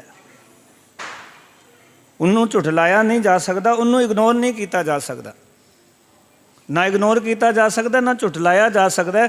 ਜੋ ਪਹਿਲੇ ਗੁਰੂ ਸਾਹਿਬਾਨਾਂ ਦਾ ਇਸ ਚੀਜ਼ ਦੇ ਵਿੱਚ, ਬੰਦੀ ਛੋੜ ਦੇ ਵਿੱਚ, ਬੰਧਨ ਛੁਡਾਉਣ ਦੇ ਵਿੱਚ ਜੋ ਯੋਗਦਾਨ ਰਿਹਾ। ਗੁਰੂ ਨਾਨਕ ਪਾਤਸ਼ਾਹ ਜੀ ਨੇ ਭਾਈ ਮਰਦਾਨੇ ਨੂੰ ਸਾਥੀ ਬਣਾ ਕੇ ਜਾਤ ਪਾਤ ਦਾ ਇੱਕ ਕੋਡ ਮੁਕਾਇਆ। ਗੁਰੂ ਅੰਗਦ ਦੇਵ ਜੀ ਮਹਾਰਾਜ ਨੇ ਜਿਹੜੇ ਵਿੱਦਿਆ ਨਹੀਂ ਸੀ ਲੈ ਸਕਦੇ, ਉਹਨਾਂ ਨੂੰ ਵਿੱਦਿਆ ਦਾ ਸਬਕ ਸਿਖਾਇਆ ਔਰ ਲੋਕਾਂ ਨੂੰ ਤਾਲੀਮ ਦੇ ਕੇ ਦੱਸਿਆ ਵੀ ਤੁਸੀਂ ਵੀ ਤਾਲੀਮ ਲੈਣ ਦੇ ਹੱਕਦਾਰ ਹੋ। ਗੁਰੂ ਅਮਰਦਾਸ ਮਹਾਰਾਜ ਜੀ ਨੇ ਸਮਾਜ ਦੇ ਅੰਦਰ ਜਿਹੜੇ ਬਹੁਤ ਸਾਰੇ ਬੰਧਨ ਸਨ, ਉਹਨਾਂ ਦੇ ਵਿੱਚੋਂ ਖਾਸ ਬੰਧਨ ਸੀ ਸਤੀ ਪ੍ਰਥਾ। ਔਰ ਇਤਨਾ ਸੌਖਾ ਨਹੀਂ ਸੀ ਕਿ ਸਤੀ ਪ੍ਰਥਾ ਨੂੰ ਬੰਦ ਕੀਤਾ ਜਾ ਸਕੇ ਇਸਤਰੀ ਦੇ ਹੱਕ ਦੇ ਵਿੱਚ, ਕਿਉਂਕਿ ਕੋਈ ਧਰਮ ਉਸ ਤੋਂ ਪਹਿਲਾਂ ਨਹੀਂ ਸੀ ਖੜਿਆ। ਗੁਸਤਾਖੀ ਮਾਫ ਕਰਨਾ, ਕੇਵਲ ਗੁਰੂ ਨਾਨਕ ਪਾਤਸ਼ਾਹ ਦਾ ਹੀ ਪੰਥ ਸੀ ਜਿਸ ਨੇ ਕਿ ਇਹ ਡੰਕੇ ਦੀ ਚੋਟ ਨਾਲ ਆਖਿਆ ਸੀ, ਸੋ ਕਿਉ ਮੰਦਾ ਆਖੀਐ ਜਿਤ ਜੰਮੈ ਰਾਜਾਨ। ਉਸ ਤੋਂ ਪਹਿਲਾਂ ਜਿਤਨੇ ਵੀ ਧਰਮ ਨੇ ਨਾ, ਉਹ ਪੈਰ ਦੀ ਜੁੱਤੀ ਕਹਿੰਦੇ ਰਹੇ ਨੇ। ਉਹਨਾਂ ਨੇ ਕਦੀ ਵੀ ਧਾਰਮਿਕ ਸਥਾਨਾਂ 'ਤੇ ਇਸਤਰੀ ਨੂੰ ਦਖਲ ਨਹੀਂ ਹੋਣ ਦਿੱਤਾ। ਉਹ ਆ ਕੇ ਮੱਥਾ ਨਹੀਂ ਟੇਕ ਸਕਦੇ, ਉੱਥੇ ਨਮਾਜ਼ ਨਹੀਂ ਪੜ੍ਹ ਸਕਦੇ, ਉੱਥੇ ਆ ਕੇ ਪੂਜਾ ਨਹੀਂ ਕਰ ਸਕਦੀਆਂ ਸਨ ਇਸਤਰੀਆਂ। ਸੂਦਰ ਜਿਵੇਂ ਪੂਜਾ ਨਹੀਂ ਕਰ ਸਕਦਾ ਸੀ, ਇਸਤਰੀ ਨੂੰ ਵੀ ਪੂਜਾ ਕਰਨ ਦਾ ਕੋਈ ਅਧਿਕਾਰ ਨਹੀਂ ਸੀ। ਔਰ ਉਸ ਨੂੰ ਪਰਦੇ ਵਿੱਚ ਹੀ ਰੱਖਿਆ ਜਾਂਦਾ ਸੀ, ਭਾਵੇਂ ਉਹ ਇਸਲਾਮ ਧਰਮ ਸੀ, ਭਾਵੇਂ ਉਹ ਇੱਥੇ ਦਾ ਸਨਾਤਨ ਮਤ ਸੀ। ਦੋਨਾਂ ਨੇ ਪਰਦੇ ਵਿੱਚ ਹੀ ਰੱਖਿਆ। ਸਗੋਂ ਜਿੱਥੇ ਕਿ ਗੁਰੂ ਪਿਤਾ ਜੀ ਨੇ ਉਸ ਸਤੀ ਪ੍ਰਥਾ ਜਿਹੜੀ ਸਦੀਆਂ ਸਦੀਆਂ ਤੋਂ ਚੱਲਦੀ ਆ ਰਹੀ ਸੀ, ਅਕਬਰ ਬਾਦਸ਼ਾਹ ਨਾਲ ਗੱਲਬਾਤ ਕੀਤੀ। ਜਦੋਂ ਗੁਰੂ ਦਾ ਸੇਵਕ ਬਣਿਆ ਅਕਬਰ ਬਾਦਸ਼ਾਹ, ਗੁਰੂ ਦਰਬਾਰ ਵਿੱਚ ਆਇਆ ਤਾਂ ਗੁਰੂ ਸਾਹਿਬ ਜੀ ਨੇ ਆਖਿਆ ਅਕਬਰ ਨੂੰ, ਜੇ ਕੁਛ ਸਮਾਜ ਨੂੰ ਦੇਣਾ ਚਾਹੁੰਦਾ, ਜੇ ਸਮਾਜ ਦੇ ਵਿੱਚ ਕੋਈ ਬੰਧਨ ਤੋਂ ਇਹਨਾਂ ਨੂੰ ਮੁਕਤ ਕਰਨਾ ਚਾਹੁੰਦਾ, ਤੇ ਇੱਕ ਤਾਂ ਕਿਸਾਨ ਲੋਕ ਨੇ, ਇਹ ਕਰਜ਼ਾਈ ਨੇ, ਤੇ ਇਹਨਾਂ ਦਾ ਕਰਜ਼ਾ ਮਾਫ ਕਰ ਦੇ। ਉਹਨਾਂ ਦਾ ਕਰਜ਼ਾ ਮਾਫ ਕੀਤਾ ਗਿਆ। ਜਿਹੜੀ ਸਤੀ ਪ੍ਰਥਾ ਹੈ, ਇਸ ਨੂੰ ਖਤਮ ਕਰਨ ਦੀ ਗੁਰੂ ਸਾਹਿਬ ਜੀ ਨੇ ਗੱਲ ਕੀਤੀ ਔਰ ਅਕਬਰ ਬਾਦਸ਼ਾਹ ਨੇ ਸਰਕਾਰੀ ਹੁਕਮ ਜਾਰੀ ਕਰਕੇ ਸਤੀ ਪ੍ਰਥਾ ਨੂੰ ਬੰਦ ਕਰ ਦਿੱਤਾ। ਗੁਰੂ ਅਮਰਦਾਸ ਮਹਾਰਾਜ ਨੇ, ਇਹ ਬੰਧਨ ਸੀ ਬਹੁਤ ਵੱਡਾ, ਸਮਾਜ ਦੇ ਉੱਤੇ ਕਲੰਕ ਵੀ ਸੀ ਕਿ ਜਦੋਂ ਕੋਈ ਪਤੀ ਚੜ੍ਹਾਈ ਕਰ ਜਾਂਦਾ ਸੀ, ਭਾਵੇਂ ਉਹਦੇ ਘਰ ਦੇ ਵਿੱਚ ਬੱਚੇ ਹੋਣ ਤਾਂ ਵੀ ਉਸ ਨੂੰ ਮਰਨਾ ਪੈਂਦਾ ਸੀ। ਆਪਣੇ ਬੱਚਿਆਂ ਦੀ ਉਹ ਪਰਵਰਿਸ਼ ਨਹੀਂ ਸੀ ਕਰ ਸਕਦੀ, ਪਤੀ ਦੇ ਨਾਲ ਹੀ ਸੜ ਕੇ ਮਰਨਾ ਪੈਂਦਾ ਸੀ। ਸਾਨੂੰ ਕਿਤਨਾ ਸੋਹਣਾ ਧਰਮ ਦਿੱਤਾ ਹੈ ਕਿ ਜੇ ਰੱਬ ਨਾ ਕਰੇ ਪਤੀ ਮਰ ਜਾਏ ਤੇ ਪਤਨੀ ਨੂੰ ਉਹ ਸਾਰੇ ਅਧਿਕਾਰ ਨੇ ਕਿ ਆਪਣੇ ਬੱਚਿਆਂ ਦੀ ਚੰਗੀ ਤਰ੍ਹਾਂ ਉਹ ਪਰਵਰਿਸ਼ ਕਰੇ, ਪਾਲਣਾ ਕਰੇ, ਬੱਚਿਆਂ ਨੂੰ ਸੰਭਾਲੇ। ਪਤੀ ਵਾਲੇ ਫਰਜ਼ ਵੀ ਆਪ ਨਿਭਾਵੇ ਤੇ ਪਤਨੀ ਵਾਲੇ ਫਰਜ਼ ਵੀ ਆਪ ਨਿਭਾਵੇ। ਸਾਡੇ ਉੱਤੇ ਗੁਰੂ ਸਾਹਿਬ ਨੇ ਬੜਾ ਪਰਉਪਕਾਰ ਕੀਤਾ। ਜਦੋਂ ਗੁਰੂ ਸਾਹਿਬ ਜੀ ਦੇ ਘਰ ਵਿੱਚ ਇਸਤਰੀਆਂ ਨੂੰ ਵੀ ਔਰ ਮਰਦਾਂ ਨੂੰ ਵੀ ਆਉਣ ਦੀ ਆਗਿਆ ਸੀ, ਤੇ ਇਸਤਰੀਆਂ ਉਸ ਵੇਲੇ ਘੁੰਡ ਕੱਢ ਕੇ ਗੁਰੂ ਦਰਬਾਰ 'ਚ ਆਉਂਦੀਆਂ ਸਨ। ਗੁਰੂ ਅਮਰਦਾਸ ਮਹਾਰਾਜ ਦੇ ਵੇਲੇ ਤੱਕ ਮੈਂ ਇਤਿਹਾਸ ਦੇ ਉਹ ਪੱਖ ਤੁਹਾਡੇ ਸਾਹਮਣੇ ਰੱਖਣਾ, ਜਿਹੜੇ ਬੰਧਨ ਗੁਰੂ ਸਾਹਿਬ ਨੇ ਸਾਡੇ ਤੋੜੇ ਨੇ, ਜਿਨ੍ਹਾਂ ਬੰਧਨਾਂ ਤੋਂ ਸਾਨੂੰ ਮੁਕਤ ਕੀਤਾ ਗੁਰੂ ਸਾਹਿਬ ਜੀ ਨੇ। ਔਰ ਇਹ ਇੱਕ ਦਿਨ ਦਾ ਕੰਮ ਨਹੀਂ ਸੀ। ਤੁਸੀਂ ਸੋਚੋ ਨਾ ਵੀ ਇਹ ਇੱਕ ਦਿਨ ਦਾ ਕੰਮ ਸੀ, ਇਸ ਨੂੰ ਕਿਤਨੇ ਸਾਲ ਲੱਗੇ ਗੁਰੂ ਸਾਹਿਬ ਜੀ ਨੂੰ। ਗੁਰੂ ਸਾਹਿਬ ਜੀ ਨੇ ਆਖਿਆ, ਜਿਹੜਾ ਗੁਰੂ ਦੇ ਦਰਸ਼ਨਾਂ ਨੂੰ ਗੁਰੂ ਦਰਬਾਰ ਵਿੱਚ ਗੋਇੰਦਵਾਲ ਸਾਹਿਬ ਆਏਗਾ, ਉਹ ਕੋਈ ਵੀ ਇਸਤਰੀ ਕੁੰਡ ਕੱਢ ਕੇ ਗੁਰੂ ਦਰਬਾਰ ਵਿੱਚ ਨਹੀਂ ਆ ਸਕਦੀ। ਕੁੰਡ ਪ੍ਰਥਾ ਗੁਰੂ ਸਾਹਿਬ ਜੀ ਨੇ ਬੰਦ ਕਰਾਈ। ਗੁਰੂ ਸਾਹਿਬ ਜੀ ਨੇ ਸਾਂਝਾ ਲੰਗਰ ਚਲਾ ਕੇ, ਜਿਹੜਾ ਇਹ ਵਿਚਾਰਧਾਰਾ ਸੀ ਕਿ ਇਹ ਬ੍ਰਾਹਮਣ ਹੈ ਤੇ ਇਹ ਸ਼ੂਦਰ ਹੈ, ਇਕੱਠੇ ਕਦੇ ਵੀ ਇੱਕ ਥਾਂ 'ਤੇ ਬਹਿ ਨਹੀਂ ਸਕਦੇ, ਪਰਛਾਵੇਂ ਤੋਂ ਲੋਕ ਡਰਦੇ ਸਨ। ਗੁਰੂ ਸਾਹਿਬ ਜੀ ਨੇ ਉਸ ਵਿਚਾਰਧਾਰਾ ਜਿਹੜੇ ਬੰਧਨ ਸੀ ਉਹਨਾਂ ਤੋਂ ਮੁਕਤ ਕੀਤਾ ਸਾਨੂੰ। ਸਾਂਝਾ ਲੰਗਰ, ਸਾਂਝੀ ਪੰਗਤ, ਸਾਂਝੀ ਰੰਗਤ, ਸਾਰੀਆਂ ਚੀਜ਼ਾਂ ਗੁਰੂ ਅਮਰਦਾਸ ਮਹਾਰਾਜ ਨੇ ਸਾਡੀ ਝੋਲੀ ਵਿੱਚ ਪਾਈਆਂ। ਗੁਰੂ ਰਾਮਦਾਸ ਮਹਾਰਾਜ ਜੀ ਦਾ ਵੇਲਾ ਆਇਆ। ਉਸ ਵੇਲੇ ਗੁਰੂ ਸਾਹਿਬ ਜੀ ਨੇ ਸਮਾਜ ਦੇ ਅੰਦਰ ਜਿਨ੍ਹਾਂ ਲੋਕਾਂ ਨੂੰ ਦੁਰਕਾਰਿਆ ਜਾਂਦਾ ਸੀ, ਕਿਰਤੀਆਂ ਨੂੰ ਨੀਵਾਂ ਸਮਝਿਆ ਜਾਂਦਾ ਸੀ, ਗੁਰੂ ਸਾਹਿਬ ਨੇ ਕਿਰਤੀਆਂ ਦੀ ਜਾ ਕੇ ਬਾਂਹ ਫੜੀ। 52 ਕਿਰਤਾਂ ਦੇ ਲੋਕਾਂ ਨੂੰ ਅੰਮ੍ਰਿਤਸਰ ਸਾਹਿਬ ਦੀ ਧਰਤੀ 'ਤੇ ਜਿੱਥੇ ਸ਼ਹਿਰ ਵਸਾਇਆ, ਨਾਲ ਉਹਨਾਂ ਨੂੰ ਕੰਮ ਦਿੱਤਾ ਗੁਰੂ ਸਾਹਿਬ ਜੀ ਨੇ। ਵਸਾਉਣ ਦਾ ਕਾਰਨ ਕੇਵਲ ਇਹ ਨਹੀਂ ਸੀ ਵੀ ਉਹਨਾਂ ਨੂੰ ਕਿਰਤ ਦੇਣੀ ਸੀ, ਸਗੋਂ ਉਹਨਾਂ ਨੂੰ ਇੱਜ਼ਤ ਦੇਣੀ ਸੀ ਗੁਰੂ ਘਰ ਵਿੱਚੋਂ। ਇੱਕ ਵਾਰ ਉਚਾਰਨ ਕਰੋ ਸਤਨਾਮ। ਉਹ ਵੀ ਮਾਣ ਨਾਲ ਆਪਣੀ ਜ਼ਿੰਦਗੀ ਨੂੰ ਜੀ ਸਕਣ, ਕਿਉਂਕਿ ਕਿਰਤੀਆਂ ਨੂੰ ਸ਼ੂਦਰ ਕਿਹਾ ਜਾਂਦਾ ਸੀ, ਨੀਵੀਂ ਜਾਤ ਦਾ ਕਿਹਾ ਜਾਂਦਾ ਸੀ, ਦੁਰਕਾਰਿਆ ਜਾਂਦਾ ਸੀ। ਗੁਰੂ ਪਿਤਾ ਜੀ ਨੇ ਤਰਸ ਕੀਤਾ ਕਿ 52 ਕਿਰਤਾਂ ਦੇ ਲੋਕਾਂ ਨੂੰ ਅੰਮ੍ਰਿਤਸਰ ਸਾਹਿਬ ਦੀ ਧਰਤੀ 'ਤੇ ਵਸਾਇਆ। ਬਣਦਾ ਉਹਨਾਂ ਨੂੰ ਸਤਿਕਾਰ ਦਿੱਤਾ ਗਿਆ, ਉਹਨਾਂ ਦੀ ਕਿਰਤ ਨੂੰ ਸਲਾਹਿਆ ਗਿਆ। ਆਪ ਖੁਦ ਗੁਰੂ ਸਾਹਿਬ ਜਾ ਕੇ ਉਹਨਾਂ ਦੀ ਕਿਰਤ 'ਤੇ ਪਹੁੰਚਦੇ ਅਤੇ ਉਹਨਾਂ ਨੂੰ ਸ਼ਾਬਾਸ਼ੀ ਦਿੰਦੇ। ਇਹ ਵੀ ਬਹੁਤ ਵੱਡਾ ਬੰਧਨ ਸੀ। ਜਿਨ੍ਹਾਂ ਤੋਂ ਕੰਮ ਤਾਂ ਲੈ ਲਿਆ ਜਾਂਦਾ ਸੀ, ਪਰ ਉਹਨਾਂ ਨੂੰ ਸਤਿਕਾਰ ਨਹੀਂ ਸੀ ਮਿਲਦਾ। ਗੁਰੂ ਸਾਹਿਬ ਜੀ ਨੇ ਉਹਨਾਂ ਨੂੰ ਬੰਦਾ ਸਤਿਕਾਰ ਬਣਾਇਆ ਅਤੇ ਉਹਨਾਂ ਨੂੰ ਆਖਿਆ ਵੀ ਤੁਹਾਡੇ ਬਗੈਰ ਇਸ ਸਮਾਜ ਦੀ ਤਰੱਕੀ ਨਹੀਂ ਹੋ ਸਕਦੀ। ਜਿਹੜੇ ਅੱਜ ਵੀਰ ਜਿਤਨੇ ਵੀ ਕੰਮ ਕਰਦੇ ਹਨ, ਭਾਵੇਂ ਲੁਹਾਰ ਨੇ, ਲੋਹੇ ਦਾ ਕੰਮ ਕਰਦੇ ਨੇ, ਚਮੜੇ ਦਾ ਕੰਮ ਕਰਦੇ ਨੇ, ਸੋਨਾ ਚਾਂਦੀ ਵੇਚਣ ਦਾ ਸੁਨਿਆਰ ਵੀਰ ਨੇ, ਜਿਤਨੇ ਵੀ ਕਿਰਤਾਂ ਹਨ, ਸਾਰੀਆਂ ਕਿਰਤਾਂ ਨੂੰ ਗੁਰੂ ਸਾਹਿਬ ਨੇ ਜਿੱਥੇ ਕਿ ਪਿਆਰ ਬਖਸ਼ਿਆ, ਉੱਥੇ ਨਾਲ ਉਹਨਾਂ ਨੂੰ ਸਤਿਕਾਰ ਦਿੱਤਾ ਅਤੇ ਉਹਨਾਂ ਨੂੰ ਸਿੱਖੀ ਦੀ ਦਾਤ ਗੁਰੂ ਸਾਹਿਬ ਜੀ ਨੇ ਬਖਸ਼ੀ। ਉਹਨਾਂ ਦੇ ਜੀਵਨ 'ਚ ਇਹ ਬੰਧਨ ਸਨ, ਇਹਨਾਂ ਬੰਧਾਂ ਤੋਂ ਮੁਕਤ ਕਰਕੇ ਗੁਰੂ ਸਾਹਿਬ ਨੇ ਉਹਨਾਂ ਨੂੰ ਉਭਾਰਿਆ। ਪੰਚਮ ਪਾਤਸ਼ਾਹ ਦਾ ਵੇਲਾ ਆਇਆ। ਗੁਰਸਿੱਖੋ ਧਿਆਨ ਨਾਲ ਸੁਣਨਾ ਗੱਲ ਨੂੰ। ਉਸ ਵੇਲੇ ਤੱਕ ਗੁਰੂ ਨਾਨਕ ਪਾਤਸ਼ਾਹ ਜੀ ਦੀ ਜਿਹੜੀ ਵਿਚਾਰਧਾਰਾ ਹੈ, उसकी खुशबू बड़ी दूर तक फैल चुकी है। उसका कारण ये रहा, गुरु अमरदास महाराज जी ने 22 मंजियां थापियां, 52 पीड़े थापे। ਜਿਹੜੇ 52 ਪੀੜੀਆਂ ਸਨ ਨਾ, ਉਹ ਇਸਤਰੀਆਂ ਨੂੰ ਦਿੱਤੀਆਂ ਗਈਆਂ, ਬੀਬੀਆਂ ਨੂੰ ਪ੍ਰਚਾਰ ਤੇ ਲਾਇਆ ਗਿਆ। ਗੁਰੂ ਸਾਹਿਬ ਨੇ ਇਹ ਸਤਿਕਾਰ ਬਖਸ਼ਿਆ, ਬੀਬੀਆਂ ਨੂੰ ਬਰਾਬਰ ਦਾ ਦਰਜਾ ਦਿੱਤਾ ਗਿਆ। 22 ਮੰਜੀਆਂ ਥਾਪੀਆਂ ਗੁਰੂ ਸਾਹਿਬ ਜੀ ਨੇ। ਗੁਰੂ ਰਾਮਦਾਸ ਮਹਾਰਾਜ ਨੇ ਮਸੰਦ ਥਾਪ ਕੇ ਔਰ ਸਿੱਖੀ ਦੇ ਪ੍ਰਚਾਰ ਵਾਸਤੇ ਉਹਨਾਂ ਨੂੰ ਪਿੰਡਾਂ ਪਿੰਡਾਂ ਵਿੱਚ ਭੇਜਿਆ, ਤਾਂ ਕਿ ਹਰ ਇੱਕ ਪਿੰਡ ਨੂੰ ਦੱਸਿਆ ਜਾ ਸਕੇ ਵੀ ਗੁਰੂ ਨਾਨਕ ਪਾਤਸ਼ਾਹ ਦੀ ਵਿਚਾਰਧਾਰਾ ਕੀ ਹੈ, ਗੁਰੂ ਸਾਹਿਬ ਜੀ ਦੇ ਸਿਧਾਂਤ ਕੀ ਨੇ।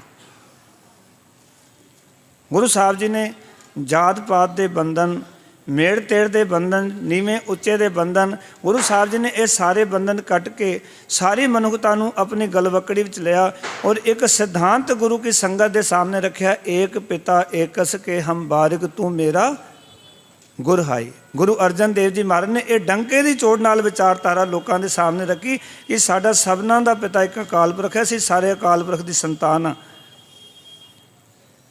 ਲੋਕਾਂ ਦਾ ਇਕੱਠ ਵੱਧਦਾ ਚਲਾ ਗਿਆ, ਹਕੂਮਤ ਨੂੰ ਖਤਰਾ ਪੈਦਾ ਹੋ ਗਿਆ, ਕਿਉਂਕਿ ਜਿਹੜੇ ਲੋਕ ਗੁਰੂ ਨਾਨਕ ਪਾਤਸ਼ਾਹ ਤੋਂ ਪਹਿਲੇ ਦਿਨ ਤੋਂ, ਗੁਰੂ ਨਾਨਕ ਪਾਤਸ਼ਾਹ ਦੀ ਜਦੋਂ ਵਿਚਾਰਧਾਰਾ ਪ੍ਰਗਟ ਹੁੰਦੀ ਹੈ, ਗੁਰੂ ਨਾਨਕ ਪਾਤਸ਼ਾਹ ਵੱਖਰੇ ਸਿਧਾਂਤ ਨੂੰ ਜਦੋਂ ਮਨੁੱਖਤਾ ਦੇ ਸਾਹਮਣੇ ਰੱਖਦੇ ਨੇ, ਤੇ ਬਹੁਤ ਸਾਰੇ ਲੋਕ ਸਨ ਉਸ ਵਿਚਾਰਧਾਰਾ ਦੇ ਹਾਮੀ ਕਾਰਨ ਬਣੇ, ਕਿਉਂਕਿ ਉਹ ਆਪਣੀ ਵਿਚਾਰਧਾਰਾ ਨੂੰ ਸਰਵੋਪਰੀ ਸਮਝ ਕੇ ਲੋਕਾਂ ਨੂੰ ਭਰਮਾਂ ਵਹਿਮਾਂ ਵਿੱਚ ਰੱਖਣਾ ਚਾਹੁੰਦੇ ਸਨ, ਤਾਂ ਕਿ ਲੋਕਾਂ ਨੂੰ ਚੰਗੀ ਤਰ੍ਹਾਂ ਲੁੱਟਿਆ ਜਾ ਸਕੇ। ਹੁਣ ਇਸ ਤਰ੍ਹਾਂ ਕਹਿ ਲਈਏ, ਜਿਵੇਂ ਇੱਕ ਬੱਚੇ ਦਾ ਜਨਮ ਹੁੰਦਾ ਹੈ ਅਤੇ ਉਹ ਜਦੋਂ ਜਵਾਨੀ ਪਹਿਰੇ ਵਿੱਚ ਪਹੁੰਚ ਜਾਂਦਾ ਹੈ ਨਾ, ਅਤੇ ਉਸ ਦੇ ਵਿੱਚ ਹਰ ਪ੍ਰਕਾਰ ਦਾ ਬਲ ਹੁੰਦਾ। ਜਵਾਨੀ ਜਿਹੜੀ ਹੈ ਨਾ, ਉਹ ਇੱਕ ਬਲ ਦਾ ਪ੍ਰਤੀਕ ਹੈ।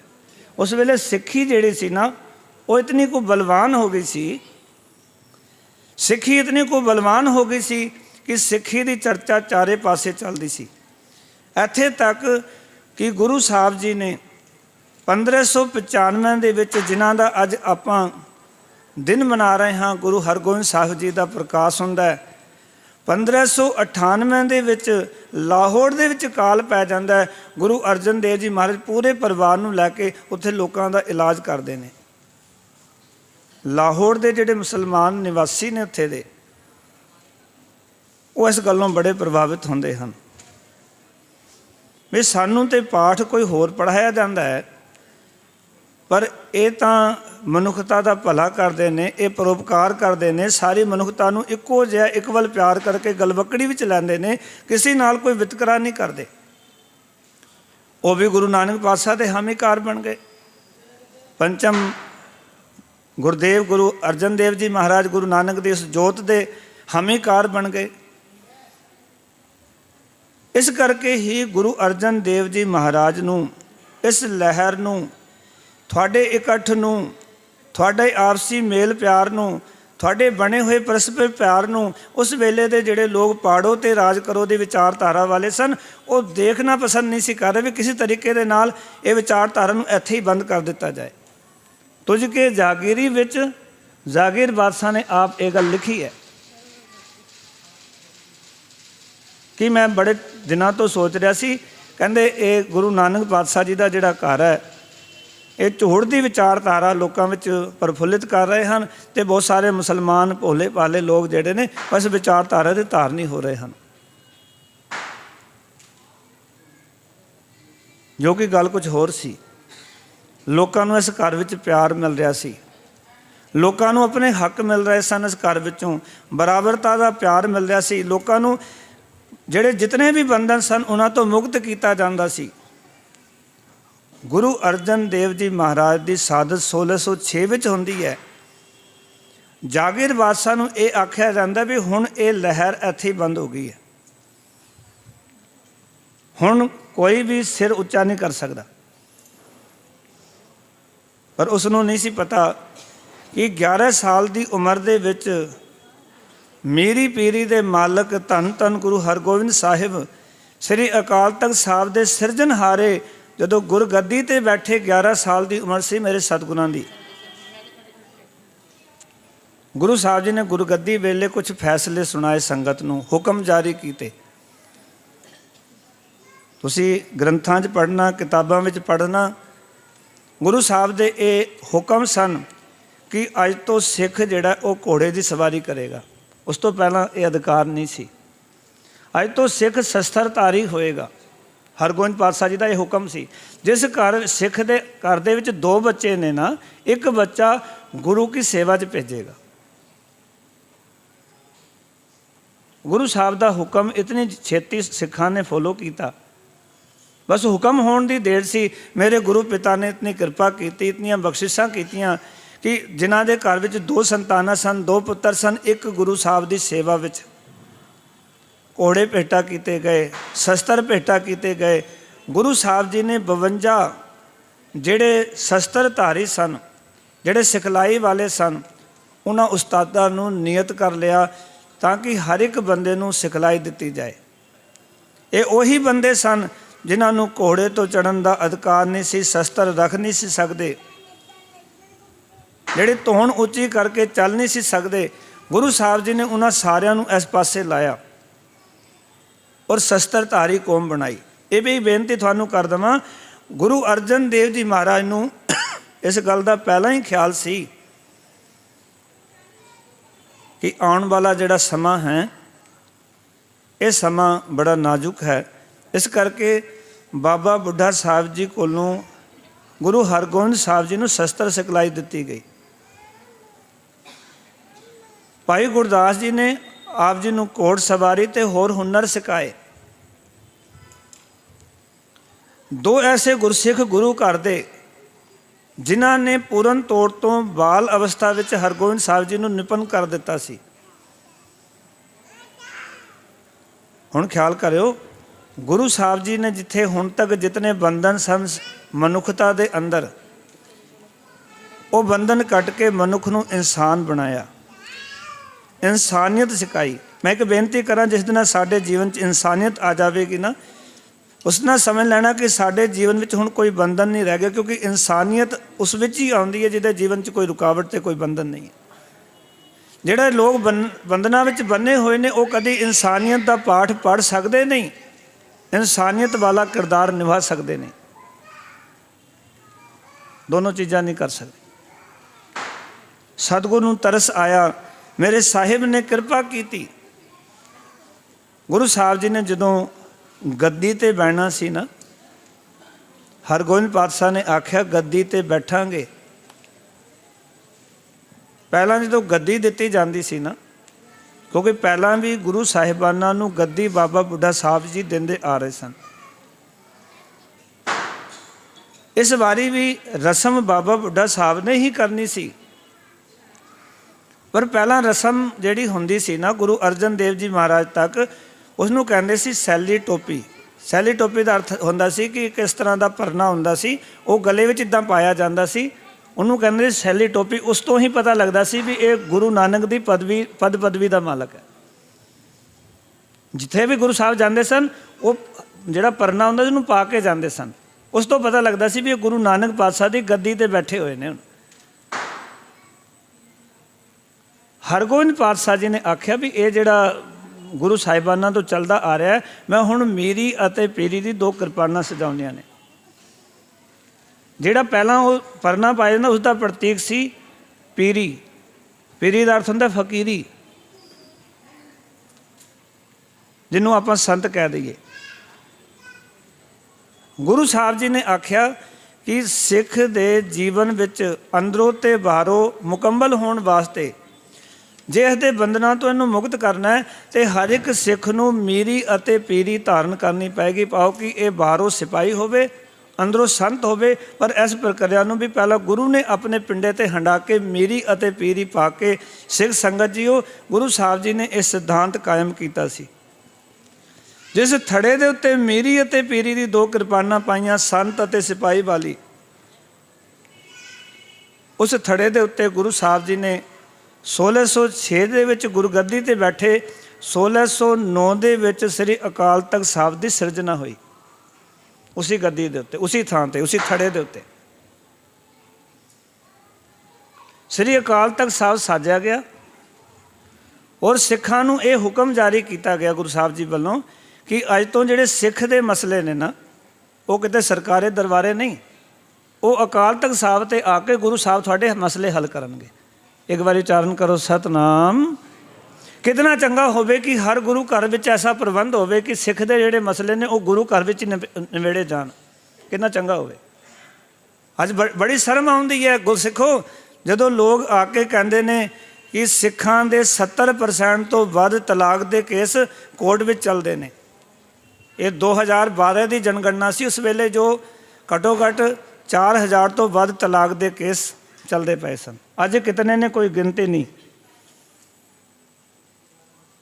और बहुत सारे तलाक जितने भी हो रहे हैं वो आपसी मतभेद करके हो रहे हैं, जिन्होंने दूर किया जा सकता विचार के राही बैठा के समझाया जा सकता है। गुरु साहब ने इस विचारधारा को अकाल तख्त साहब तो प्रमोट किया, पर असी किते होर गवाच गए। अज जिहड़ी विचारधारा गुरुआं ने आरंभ की, जिहड़ी विचारधारा गुरु साहब जी ने लोगों तक पहुँचाया और लोगों को जागरूक किया। गुरु साहब जी की प्यार वाले इस विचारधारा मुख रखते हैं बहुत सारे सिख अपने मतभेद दूर करके सिक्खी का सौखा जीवन जीण लग पे। याद रखना जो साडे गृहस्थी जीवन विच आपसी मेल मिलाप नहीं ना तो असी धर्मी भी नहीं बन सकते, ना धर्म कमा सकते हैं। धर्म कमाने वास्ते सानू घरों आरंभता करनी पैगी। जिथे घर दे विच दो जी रहिंदे ने, दोनों की विचारधारा वखरी है, माफ़ करना, उत्थे सिक्खी की कमाई नहीं हो सकती। दोनों की विचारधारा एक होएगी तो असी धर्म विच अगे वधांगे। गुरु साहब ने इस तरह की विचारधारा प्रमोट किया। सिख संगतां हुण सरकारे दरबारे ना जाके अमृतसर साहब की धरती ते आउंदियां, भरा जदों आपस च लड़दे अपने गल्लां दसदे भी इसने मैनू ये कहा, तो गुरु साहब दोनों की गल सुनते। फिर गुरु साहब जी दोनों की गल सुन के जो सही विचारधारा सी गुरु साहब उन्हों का हल करते। हुण जदों ये गल प्रकाशमान हुई, इस गल दीयां शिकायतां क्योंकि शुरू के दिन तो लग रही सन भी हुण जिहड़े 6वें पातशाह बैठे ने उन्होंने 2 किरपाना पा लईआं ने, मीरी ते पीरी दीयां जागीर बादशाह दे कन्न भरने शुरू कर दिते। पर दूजे पासे गुरु साहब जी की तारीफ भी लाहौर के लोग करते सन भी गुरु अर्जन देव जी महाराज तो लोगों के हमदर्द सन, वो तो लोगों की सेवा करते सन। मनुखता की बाँह फड़न वाले तो वही सन जिन्होंने लाहौर के वासियों की आके बाँह फड़ी। प्यार वालों सच जानना, इस तरह ये शिकायतां वधियां वधियां क्योंकि गुरु साहब जी के कोल अकाल तख्त साहब की जो सिरजना हुई, अकाल तख्त साहब के बिल्कुल सामने उस वेले शस्त्र अभ्यास हुंदा सी।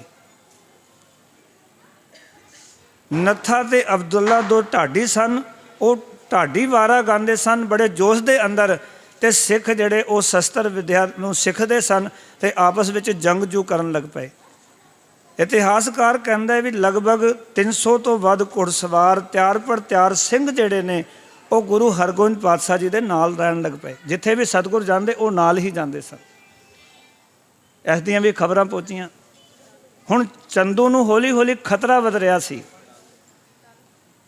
ਵੀ ਲਾਹੌਰ ਤੱਕ ਆਉਣਾ ਸਿੱਖਾਂ ਵਾਸਤੇ ਹੁਣ ਬਹੁਤਾ ਔਖਾ ਨਹੀਂ ਹੈ। ਇਹ ਨੇੜੇ ਅੰਮ੍ਰਿਤਸਰ ਹੈ, ਨਾਲ ਲਾਹੌਰ ਹੈ, ਪਤਾ ਨਹੀਂ ਕਦੋਂ ਗੁਰੂ ਸਾਹਿਬ ਚੜ੍ਹ ਕੇ ਇੱਥੇ ਆ ਜਾਣ, ਕਿਉਂਕਿ ਮੈਂ ਬਹੁਤ ਮਾੜਾ ਕੀਤਾ। ਉਹਨਾਂ ਦਿਨਾਂ ਵਿੱਚ ਗੁਰੂ ਸਾਹਿਬ ਜੀ ਦੀ ਇਸ ਚੜ੍ਹਦੀ ਕਲਾ ਨੂੰ ਮੁੱਖ ਰੱਖ ਕੇ ਇੱਕ ਪ੍ਰੋਪੋਗੰਡਾ ਕੀਤਾ ਗਿਆ। ਸਾਧ ਸੰਗਤ ਜੀ, ਹੋ ਸਕਦਾ ਸਾਨੂੰ ਬਹੁਤਿਆਂ ਨੂੰ ਨਾ ਪਤਾ ਹੋਵੇ, ਉਹ ਇਹ ਸੀ ਜਾਗੀਰ ਬਾਦਸ਼ਾਹ ਬਿਮਾਰ ਰਹਿਣ ਲੱਗ ਪਿਆ, ਉਹਦੀ ਤਬੀਅਤ ਠੀਕ ਨਹੀਂ ਸੀ ਰਹਿੰਦੀ। ਚੰਦੂ ਨੇ ਜੋਤਸ਼ੀਆਂ ਨੂੰ ਸੱਦ ਲਿਆ, ਉਹਨਾਂ ਨੂੰ ਦਿੱਤੇ ਪੈਸੇ, ਉਹਨਾਂ ਨੂੰ ਪੈਸੇ ਦਿੱਤੇ ਔਰ ਜੋਤਸ਼ੀਆਂ ਕੋਲੋਂ ਇਹ ਗੱਲ ਅਖਵਾਈ ਗਈ ਜਾਗੀਰ ਬਾਦਸ਼ਾਹ ਨੂੰ ਕਿ ਤੁਸੀਂ ਆਖੋ ਕਿ ਤੁਹਾਡੀ ਬਿਮਾਰੀ ਠੀਕ ਹੋ ਸਕਦੀ ਹੈ, ਪਰ ਕੋਈ ਬਹੁਤ ਉੱਚ ਕੋਟੀ ਦਾ ਪੀਰ ਹੋਵੇ ਉਹ ਤੁਹਾਡੀ ਬਿਮਾਰੀ ਠੀਕ ਕਰ ਸਕਦਾ। ਔਰ ਕਹਿੰਦੇ 5 ਸਾਲ ਤੱਕ ਤੁਹਾਨੂੰ ਬਿਮਾਰੀ ਠੀਕ ਨਹੀਂ ਹੋਣੀ, ਖਤਰਾ ਹੈ। ਇੱਕ ਟਾਈਮ ਦੇ ਦਿੱਤਾ ਗਿਆ, 5 ਸਾਲ ਦਾ ਪੀਰੀਅਡ। ਪਿਆਰ ਵਾਲਿਓ, ਸੱਚ ਜਾਣਨਾ,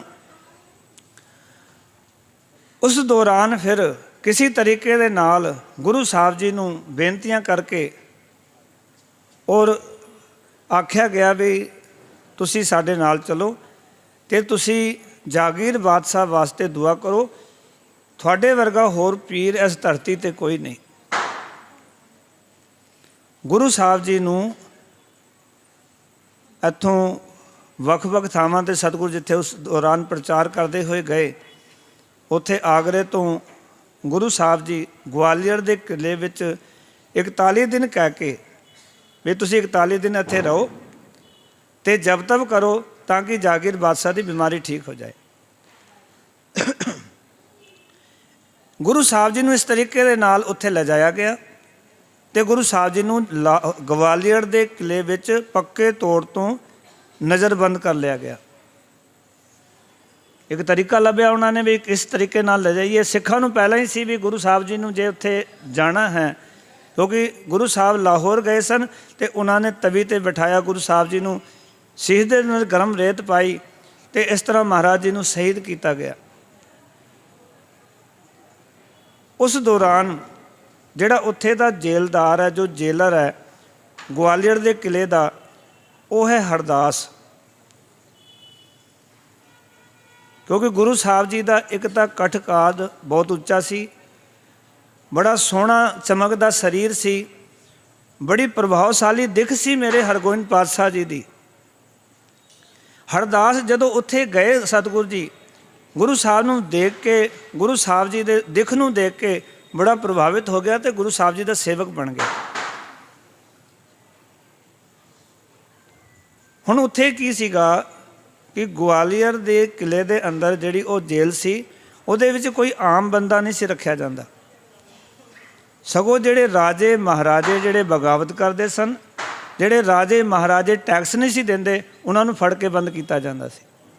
ਜਿਹੜੇ ਟੈਕਸ ਨਹੀਂ ਸੀ ਦਿੰਦੇ, ਜਿਹੜੇ ਬਗਾਵਤ ਕਰਦੇ ਸਨ, ਉਹਨਾਂ ਨੂੰ ਗਵਾਲੀਅਰ ਦੇ ਕਿਲ੍ਹੇ ਵਿੱਚ ਬੰਦ ਕੀਤਾ ਜਾਂਦਾ ਸੀ। ਔਰ ਉੱਥੇ ਦਾ ਜਿਹੜਾ ਸਿਸਟਮ ਸੀ, ਜੇ ਉੱਥੇ ਤੁਸੀਂ ਇਤਿਹਾਸ ਨੂੰ ਪੜ੍ਹੋ ਅਤੇ ਉੱਥੇ ਰੋਟੀ ਦੇ ਅੰਦਰ ਪੋਇਜ਼ਨ ਜ਼ਹਿਰ ਦਿੱਤਾ ਜਾਂਦਾ ਸੀ। ਉੱਥੇ ਜਿਹੜਾ ਪਾਣੀ ਦਾ ਖੂਹ ਸੀ ਉਹਦੇ ਵਿੱਚ ਵੀ ਜ਼ਹਿਰ ਪਾਇਆ ਹੋਇਆ ਸੀ, ਤਾਂ ਕਿ ਜਿਹੜਾ ਰੋਟੀ ਛਕੇਗਾ ਜ਼ਹਿਰ ਹੌਲੀ ਹੌਲੀ ਅੰਦਰ ਜਾਏਗਾ, ਜਿਹੜਾ ਪਾਣੀ ਪੀਏਗਾ ਜ਼ਹਿਰ ਅੰਦਰ ਪ੍ਰਵੇਸ਼ ਕਰੇਗਾ, ਹੌਲੀ ਹੌਲੀ ਆਪੇ ਹੀ ਮਰ ਜਾਏਗਾ। ਗੁਰੂ ਸਾਹਿਬ ਜੀ ਤੋਂ ਪਹਿਲਾਂ ਕੋਈ ਵੀ ਬੰਦਾ ਉਸ ਗਵਾਲੀਅਰ ਦੇ ਕਿਲ੍ਹੇ 'ਚੋਂ ਵਾਪਸ ਜਿਉਂਦਾ ਨਹੀਂ ਸੀ ਆਇਆ, ਕਿਉਂਕਿ ਉਹ ਲੰਬੇ ਸਮੇਂ ਤੋਂ ਇਹ ਕੰਮ ਉੱਥੇ ਹੋ ਰਿਹਾ ਸੀ। ਗੁਰੂ ਸਾਹਿਬ ਜੀ ਨੇ ਉੱਥੇ ਦੇ ਹਾਲਤ ਦੇਖੇ, ਕਿਉਂਕਿ ਜਿਹੜੇ ਕੈਦੀ ਵੀ ਸਨ ਨਾ, ਰਾਜੇ ਸਨ, 22 ਧਾਰ ਦੇ ਰਾਜੇ ਕੈਦੀ ਸਨ ਅਤੇ ਹੋਰ ਜਿਹੜੇ ਰਾਜੇ ਸਨ ਇਸ ਪਾਸੇ ਦੇ, ਉਹ ਸਭ ਕੈਦੀ ਸਨ। ਕਿਉਂਕਿ ਉਹਨਾਂ ਦੌਰਾਨ ਮੁਗਲ ਸਰਕਾਰ ਨੂੰ ਟੈਕਸ ਦੇਣਾ ਪੈਂਦਾ ਸੀ, ਜਿਹੜੇ ਟੈਕਸ ਨਹੀਂ ਸੀ ਦਿੰਦੇ ਉਹਨਾਂ ਨੂੰ ਜਾਂ ਤਾਂ ਜ਼ਬਰਦਸਤੀ ਕੈਦ ਕਰ ਲਿਆ ਜਾਂਦਾ ਸੀ ਜਾਂ ਲੜਾਈ ਵਿੱਚ ਹਰਾ ਕੇ ਉਹਨਾਂ ਨੂੰ ਫਿਰ ਉਸ ਕਿਲੇ ਦੇ ਅੰਦਰ ਪਾ ਦਿੱਤਾ ਜਾਂਦਾ ਸੀ। ਅਤੇ ਉਹਨਾਂ ਦੇ ਜੋ ਰੋਟੀ ਪਾਣੀ ਦਾ ਪ੍ਰਬੰਧ, ਜੋ ਮੈਂ ਇਤਿਹਾਸ ਪੜ੍ਹ ਰਿਹਾ ਸੀ ਕਿ ਦਾਲ ਵੀ ਇੱਦਾਂ ਦੀ ਬਣਦੀ ਜਿਵੇਂ ਪਾਣੀ ਹੁੰਦਾ, ਕੋਈ ਦਾਣਾ ਸੀ ਨਹੀਂ ਲੱਭਦਾ। ਇਸ ਇੱਕ ਤਰ੍ਹਾਂ ਤੋਂ ਗਰਮ ਪਾਣੀ ਦੇ ਨਾਲ ਉਹ ਪ੍ਰਸਾਦਾ ਛਕਦੇ ਸਨ। ਉਸ ਦੇ ਵਿੱਚ ਵੀ ਜ਼ਹਿਰ ਹੁੰਦਾ ਸੀ, ਪਾਣੀ ਵੀ ਜ਼ਹਿਰੀਲਾ। ਜਿਹੜੀ ਪੋਸ਼ਾਕ ਉਹਨਾਂ ਰਾਜਿਆਂ ਨੂੰ ਦਿੱਤੀ ਜਾਂਦੀ ਸੀ ਉਸ ਦੇ ਉੱਤੇ ਵੀ ਉਹ ਜਿਹੜੀ ਪੋਸ਼ਾਕ ਸੀ ਅੰਦਰ ਸ਼ੀਸ਼ਾ ਹੁੰਦਾ ਸੀ ਅਤੇ ਨਾਲ ਜ਼ਹਿਰ ਲੱਗਿਆ ਹੁੰਦਾ। ਸ਼ੀਸ਼ਾ ਅੰਦਰ ਨੂੰ ਕੱਟਦਾ ਸੀ, ਜ਼ਹਿਰ ਅੰਦਰ ਪ੍ਰਵੇਸ਼ ਕਰਦਾ ਸੀ, ਮੌਤ ਹੋ ਜਾਂਦੀ ਸੀ। ਇਹ ਸਾਰੇ ਇਤਿਹਾਸ ਦੇ ਹਵਾਲੇ ਮੈਂ ਤੁਹਾਡੇ ਸਾਹਮਣੇ ਰੱਖ ਰਿਹਾ, ਜੋ ਇਤਿਹਾਸ ਸਾਡਾ ਕਹਿੰਦਾ। ਗੁਰੂ ਸਾਹਿਬ ਜੀ ਨੂੰ ਵੀ ਚੰਦੂ ਨੇ ਉਹ ਜਿਹੜੀ ਪੋਸ਼ਾਕ ਭੇਜੀ ਗੁਰੂ ਹਰਗੋਬਿੰਦ ਪਾਤਸ਼ਾਹ ਜੀ ਦੇ ਲਈ। ਹਰਦਾਸ ਉਹਨਾਂ ਦਿਨਾਂ ਤੱਕ ਗੁਰੂ ਸਾਹਿਬ ਜੀ ਦਾ ਸੇਵਕ ਬਣ ਚੁੱਕਿਆ ਸੀ ਔਰ ਇੱਕ ਚਿੱਠੀ ਦਿੱਤੀ ਸੀ ਚੰਦੂ ਨੇ ਵੀ ਕਿਸੇ ਵੀ ਢੰਗ ਨਾਲ ਇਹ ਪੋਸ਼ਾਕ ਹਰਗੋਬਿੰਦ ਪਾਤਸ਼ਾਹ ਨੂੰ ਪਵਾਉਣੀ ਹੈ, ਕਿਸੇ ਵੀ ਢੰਗ ਨਾਲ, ਇਹ ਕੰਮ ਤੇਰਾ ਹੈ। ਅਤੇ ਉਸਨੇ ਕੀ ਕੀਤਾ, ਉਹ ਪੋਸ਼ਾਕ, ਉਹ ਚਿੱਠੀ ਜੋ ਚੰਦੂ ਨੇ ਲਿਖੀ ਸੀ ਗੁਰੂ ਸਾਹਿਬ ਜੀ ਦੇ ਅੱਗੇ ਰੱਖ ਕੇ ਮੱਥਾ ਟੇਕਿਆ। ਮਹਾਰਾਜ, ਇਹ ਚੰਦੂ ਦੀ ਚਿੱਠੀ ਹੈ ਅਤੇ ਇਹ ਪੋਸ਼ਾਕ ਹੈ ਅਤੇ ਇਸ ਦੇ ਅੰਦਰ ਹੈ ਜ਼ਹਿਰ। ਕਿਉਂ ਗੁਰੂ ਸਾਹਿਬ ਜੀ ਨੇ ਪਹਿਲੇ ਦਿਨ ਤੋਂ ਹੀ ਨਾ ਉੱਥੇ ਦਾ ਪ੍ਰਸਾਦਾ ਛਕਿਆ ਨਾ ਪਾਣੀ ਪੀਤਾ। ਸਗੋਂ ਗੁਰੂ ਸਾਹਿਬ ਜੀ ਦੇ ਨਾਲ ਜਿਹੜੇ 5 ਸਿੱਖ ਗਏ ਸਨ, ਕਿਉਂਕਿ ਆਗਰੇ ਤੋਂ ਬਾਕੀ ਸੰਗਤ ਨੂੰ ਗੁਰੂ ਸਾਹਿਬ ਨੇ ਪਿੱਛੇ ਕਰ ਦਿੱਤਾ ਸੀ, ਵਾਪਸ ਭੇਜ ਦਿੱਤਾ ਸੀ ਅੰਮ੍ਰਿਤਸਰ ਨੂੰ। 5 ਸਿੰਘ ਗੁਰੂ ਸਾਹਿਬ ਜੀ ਦੇ ਨਾਲ ਸਨ। ਉਹਨਾਂ ਵਿੱਚੋਂ 2 ਸਿੱਖ ਘਾਈ ਸਨ, ਜਿਹੜੇ ਘੋੜਾਂ ਦਾ ਘਾਹ ਪੁੱਟ ਕੇ ਉਹ ਘੋੜਾਂ ਦਾ ਘਾਹ ਲੈ ਕੇ ਆਉਣਾ, ਬਾਜ਼ਾਰ 'ਚ ਵੇਚਣਾ, ਉਹਦੀ ਰੋਟੀ ਖਰੀਦਣੀ ਅਤੇ ਹਰਗੋਬਿੰਦ ਪਾਤਸ਼ਾਹ ਜੀ ਨੂੰ ਪ੍ਰਸਾਦਾ ਛਕਾਉਣਾ। ਤੁਸੀਂ ਸਿੱਖਾਂ ਦਾ ਇਤਿਹਾਸ ਪੜ੍ਹੋ, ਕਿਤਨਾ ਸਿੱਖਾਂ ਨੇ ਆਪਣੇ ਗੁਰੂ ਵਾਸਤੇ ਕੀਤਾ। ਜਿਤਨੇ ਦਾ ਘਾਹ ਵਿਕਣਾ, ਉਹਦਾ ਪ੍ਰਸਾਦਾ ਜਿਹੜਾ ਉਹ ਖਰੀਦਣਾ ਮਾਰਕੀਟ 'ਚੋਂ, ਬਾਜ਼ਾਰ ਤੋਂ, ਔਰ ਗੁਰੂ ਸਾਹਿਬ ਨੂੰ ਜਾ ਕੇ ਪ੍ਰਸਾਦਾ ਛਕਾਉਣਾ। ਕਿਉਂਕਿ ਗੁਰੂ ਸਾਹਿਬ ਨੇ ਉੱਥੇ ਦਾ ਪ੍ਰਸਾਦਾ ਨਹੀਂ ਛਕਿਆ, ਉਹ ਪੋਸ਼ਾਕ ਨਹੀਂ ਪਾਈ ਨਾ, ਤਾਂ ਗੁਰੂ ਸਾਹਿਬ ਜੀ ਦਾ ਉਹ ਸਿੱਖ ਬਾਹਰ ਜਾਂਦੇ ਸਨ ਅਤੇ ਉਹ ਇਸ ਤਰ੍ਹਾਂ ਗੁਰੂ ਸਾਹਿਬ ਨੂੰ ਪ੍ਰਸਾਦਾ ਛਕਾਉਂਦੇ ਸਨ। ਜਦੋਂ ਉਹ ਚਿੱਠੀ ਆਈ ਅਤੇ ਉਹ ਪੋਸ਼ਾਕ ਆਈ ਅਤੇ ਗੁਰੂ ਸਾਹਿਬ ਜੀ ਨੇ ਸਾਰੀ ਗੱਲ ਵੇਖ ਲਈ। ਉਸ ਦੌਰਾਨ ਤੱਕ ਗੁਰੂ ਸਾਹਿਬ ਜੀ ਜਦੋਂ ਗਵਾਲੀਅਰ ਦੇ ਕਿਲੇ ਵਿੱਚ ਸਨ ਅਤੇ ਜਿਹੜੇ ਰਾਜੇ ਸਨ ਉਹਨਾਂ ਨੂੰ ਵੀ ਸੋਕਾ ਸਾਹ ਆਇਆ, ਕਿਉਂਕਿ ਇੱਕ ਤਾਂ ਬੰਦੀ ਸਨ, ਇੱਕ ਉਹਨਾਂ ਨੂੰ ਦਾਲ ਫੁਲਕਾ ਜਿਹੜਾ ਸੀ ਉਹ ਚੰਗਾ ਨਹੀਂ ਦਿੱਤਾ ਜਾ ਰਿਹਾ ਸੀ। ਦੂਜੀ ਗੱਲ, ਮਾਨਸਿਕ ਤੌਰ ਤੋਂ ਉਹਨਾਂ ਨੂੰ ਪੀੜਿਤ ਕੀਤਾ ਜਾਂਦਾ ਸੀ। ਉਹ ਬੜੇ ਪੀੜਿਤ ਜ਼ਿੰਦਗੀ ਜੀ ਰਹੇ ਸਨ, ਬੜੇ ਦੁੱਖ ਵਿੱਚ ਜ਼ਿੰਦਗੀ ਜੀ ਰਹੇ ਸਨ ਔਰ ਬੜੇ ਉਹ ਨੈਗੇਟਿਵ ਹੋ ਚੁੱਕੇ ਸਨ ਵੀ ਹੁਣ ਅਸੀਂ ਮਰ ਕੇ ਹੀ ਇੱਥੋਂ ਜਾ ਸਕਦੇ ਹਾਂ, ਉਸ ਤੋਂ ਪਹਿਲਾਂ ਸਾਨੂੰ ਰਿਹਾਈ ਨਹੀਂ ਮਿਲਣੀ। ਅਤੇ ਇੱਕ ਮਾਨਸਿਕ ਪੀੜਨ ਵੀ ਬਹੁਤ ਵੱਡਾ ਸੀ। ਗੁਰੂ ਸਾਹਿਬ ਜੀ ਨੇ ਉੱਥੇ ਜਾ ਕੇ ਸਤਸੰਗ ਆਰੰਭ ਕੀਤਾ। ਅੰਮ੍ਰਿਤ ਵੇਲੇ ਉੱਠਦੇ, ਸਾਰੇ ਕੈਦੀਆਂ ਨੂੰ ਆਵਾਜ਼ ਮਾਰਦੇ, ਨਾਮ ਬਾਣੀ ਦਾ ਅਭਿਆਸ ਹੁੰਦਾ। ਦੁਪਹਿਰ ਤੋਂ ਬਾਅਦ ਦੀਵਾਨ ਸਜਦੇ, ਉੱਥੇ ਸਾਰਿਆਂ ਦੀ ਪ੍ਰੋਬਲਮਾਂ ਸੁਣੀਆਂ ਜਾਂਦੀਆਂ। ਗਵਾਲੀਅਰ ਦੇ ਕਿਲੇ ਅੰਦਰ ਇਤਿਹਾਸ ਪੜ੍ਹ ਕੇ ਵੇਖੋ, ਤਾਂ ਕਿ ਉਹਨਾਂ ਨੂੰ ਹੌਸਲਾ ਦਿੱਤਾ ਜਾ ਸਕੇ, ਉਹਨਾਂ ਨੂੰ ਸਮਝਾਇਆ ਜਾ ਸਕੇ। ਅੱਜ ਸਾਡੇ ਸਮਾਜ ਵਿੱਚ ਜਿਹੜਾ ਮਾਨਸਿਕ ਡਿਪਰੈਸ਼ਨ ਵੱਧਦਾ ਜਾ ਰਿਹਾ ਨਾ, ਉਸਦਾ ਕਾਰਨ ਇਕੱਲਾਪਨ ਹੈ। ਸਾਡੀਆਂ ਸੋਚਾਂ ਹਨ, ਸਾਡੇ ਗਲਤ ਖਰਚੇ ਹਨ, ਸਾਡੇ ਗਲਤ ਤਰੀਕੇ ਹਨ। ਸਾਨੂੰ ਅੱਜ ਸੁਧਾਰਨੇ ਪੈਣੇ ਨੇ, ਆਪਣੇ ਜਨਰੇਸ਼ਨ ਨੂੰ, ਆਪਣੇ ਬੱਚਿਆਂ ਨੂੰ ਸਮਝਾਉਣਾ ਪੈਣਾ ਹੈ। ਕਿਉਂਕਿ ਆਪਣੇ ਆਪ ਨੂੰ ਇੱਕ ਮਰਿਆਦਾ ਵਿੱਚ ਰੱਖਣ ਵਾਸਤੇ ਨਾ ਗੁਰਸਿੱਖੋ, ਸਾਨੂੰ ਬਹੁਤ ਸਾਰੀਆਂ ਚੀਜ਼ਾਂ ਤੋਂ ਕੰਟਰੋਲ ਕਰਨਾ ਪੈਂਦਾ ਹੈ। ਕਿਸੇ ਮਰਿਆਦਾ ਨੂੰ ਅਪਣਾ ਕੇ ਉਸ ਦੇ ਵਿੱਚ ਰਹਿਣਾ ਪੈਂਦਾ ਹੈ। ਗੁਰੂ ਸਾਹਿਬ ਜੀ ਨੇ ਜਦੋਂ ਉਹਨਾਂ ਨੂੰ ਸਿੱਖੀ ਦੀ ਮਰਿਆਦਾ, ਗੁਰੂ ਸਿਧਾਂਤ ਦ੍ਰਿੜ ਕਰਾਏ, ਚੜ੍ਹਦੀ ਕਲਾ ਦੀ ਵਿਚਾਰਧਾਰਾ ਉਹਨਾਂ ਦੇ ਸਾਹਮਣੇ ਪੇਸ਼ ਕੀਤੀ ਗਈ, ਉਹ ਤਾਂ ਸਾਰੇ ਹੀ ਜਿੱਥੇ ਕਿ ਬੜੇ ਨੈਗੇਟਿਵ ਹੋਏ ਸਨ, ਢਹਿੰਦੀ ਕਲਾ ਸਨ, ਉਹ ਤਾਂ ਸਾਰੇ ਚੜ੍ਹਦੀ ਕਲਾ ਚਲੇ ਗਏ। ਲਗਭਗ ਇਤਿਹਾਸਕਾਰ ਲਿਖਦੇ ਨੇ 1611 ਤੋਂ ਲੈ ਕੇ 1614 ਤੱਕ ਗੁਰੂ ਸਾਹਿਬ ਜੀ ਗਵਾਲੀਅਰ ਦੇ ਕਿਲੇ 'ਚ ਬੰਦ ਰਹੇ ਨੇ।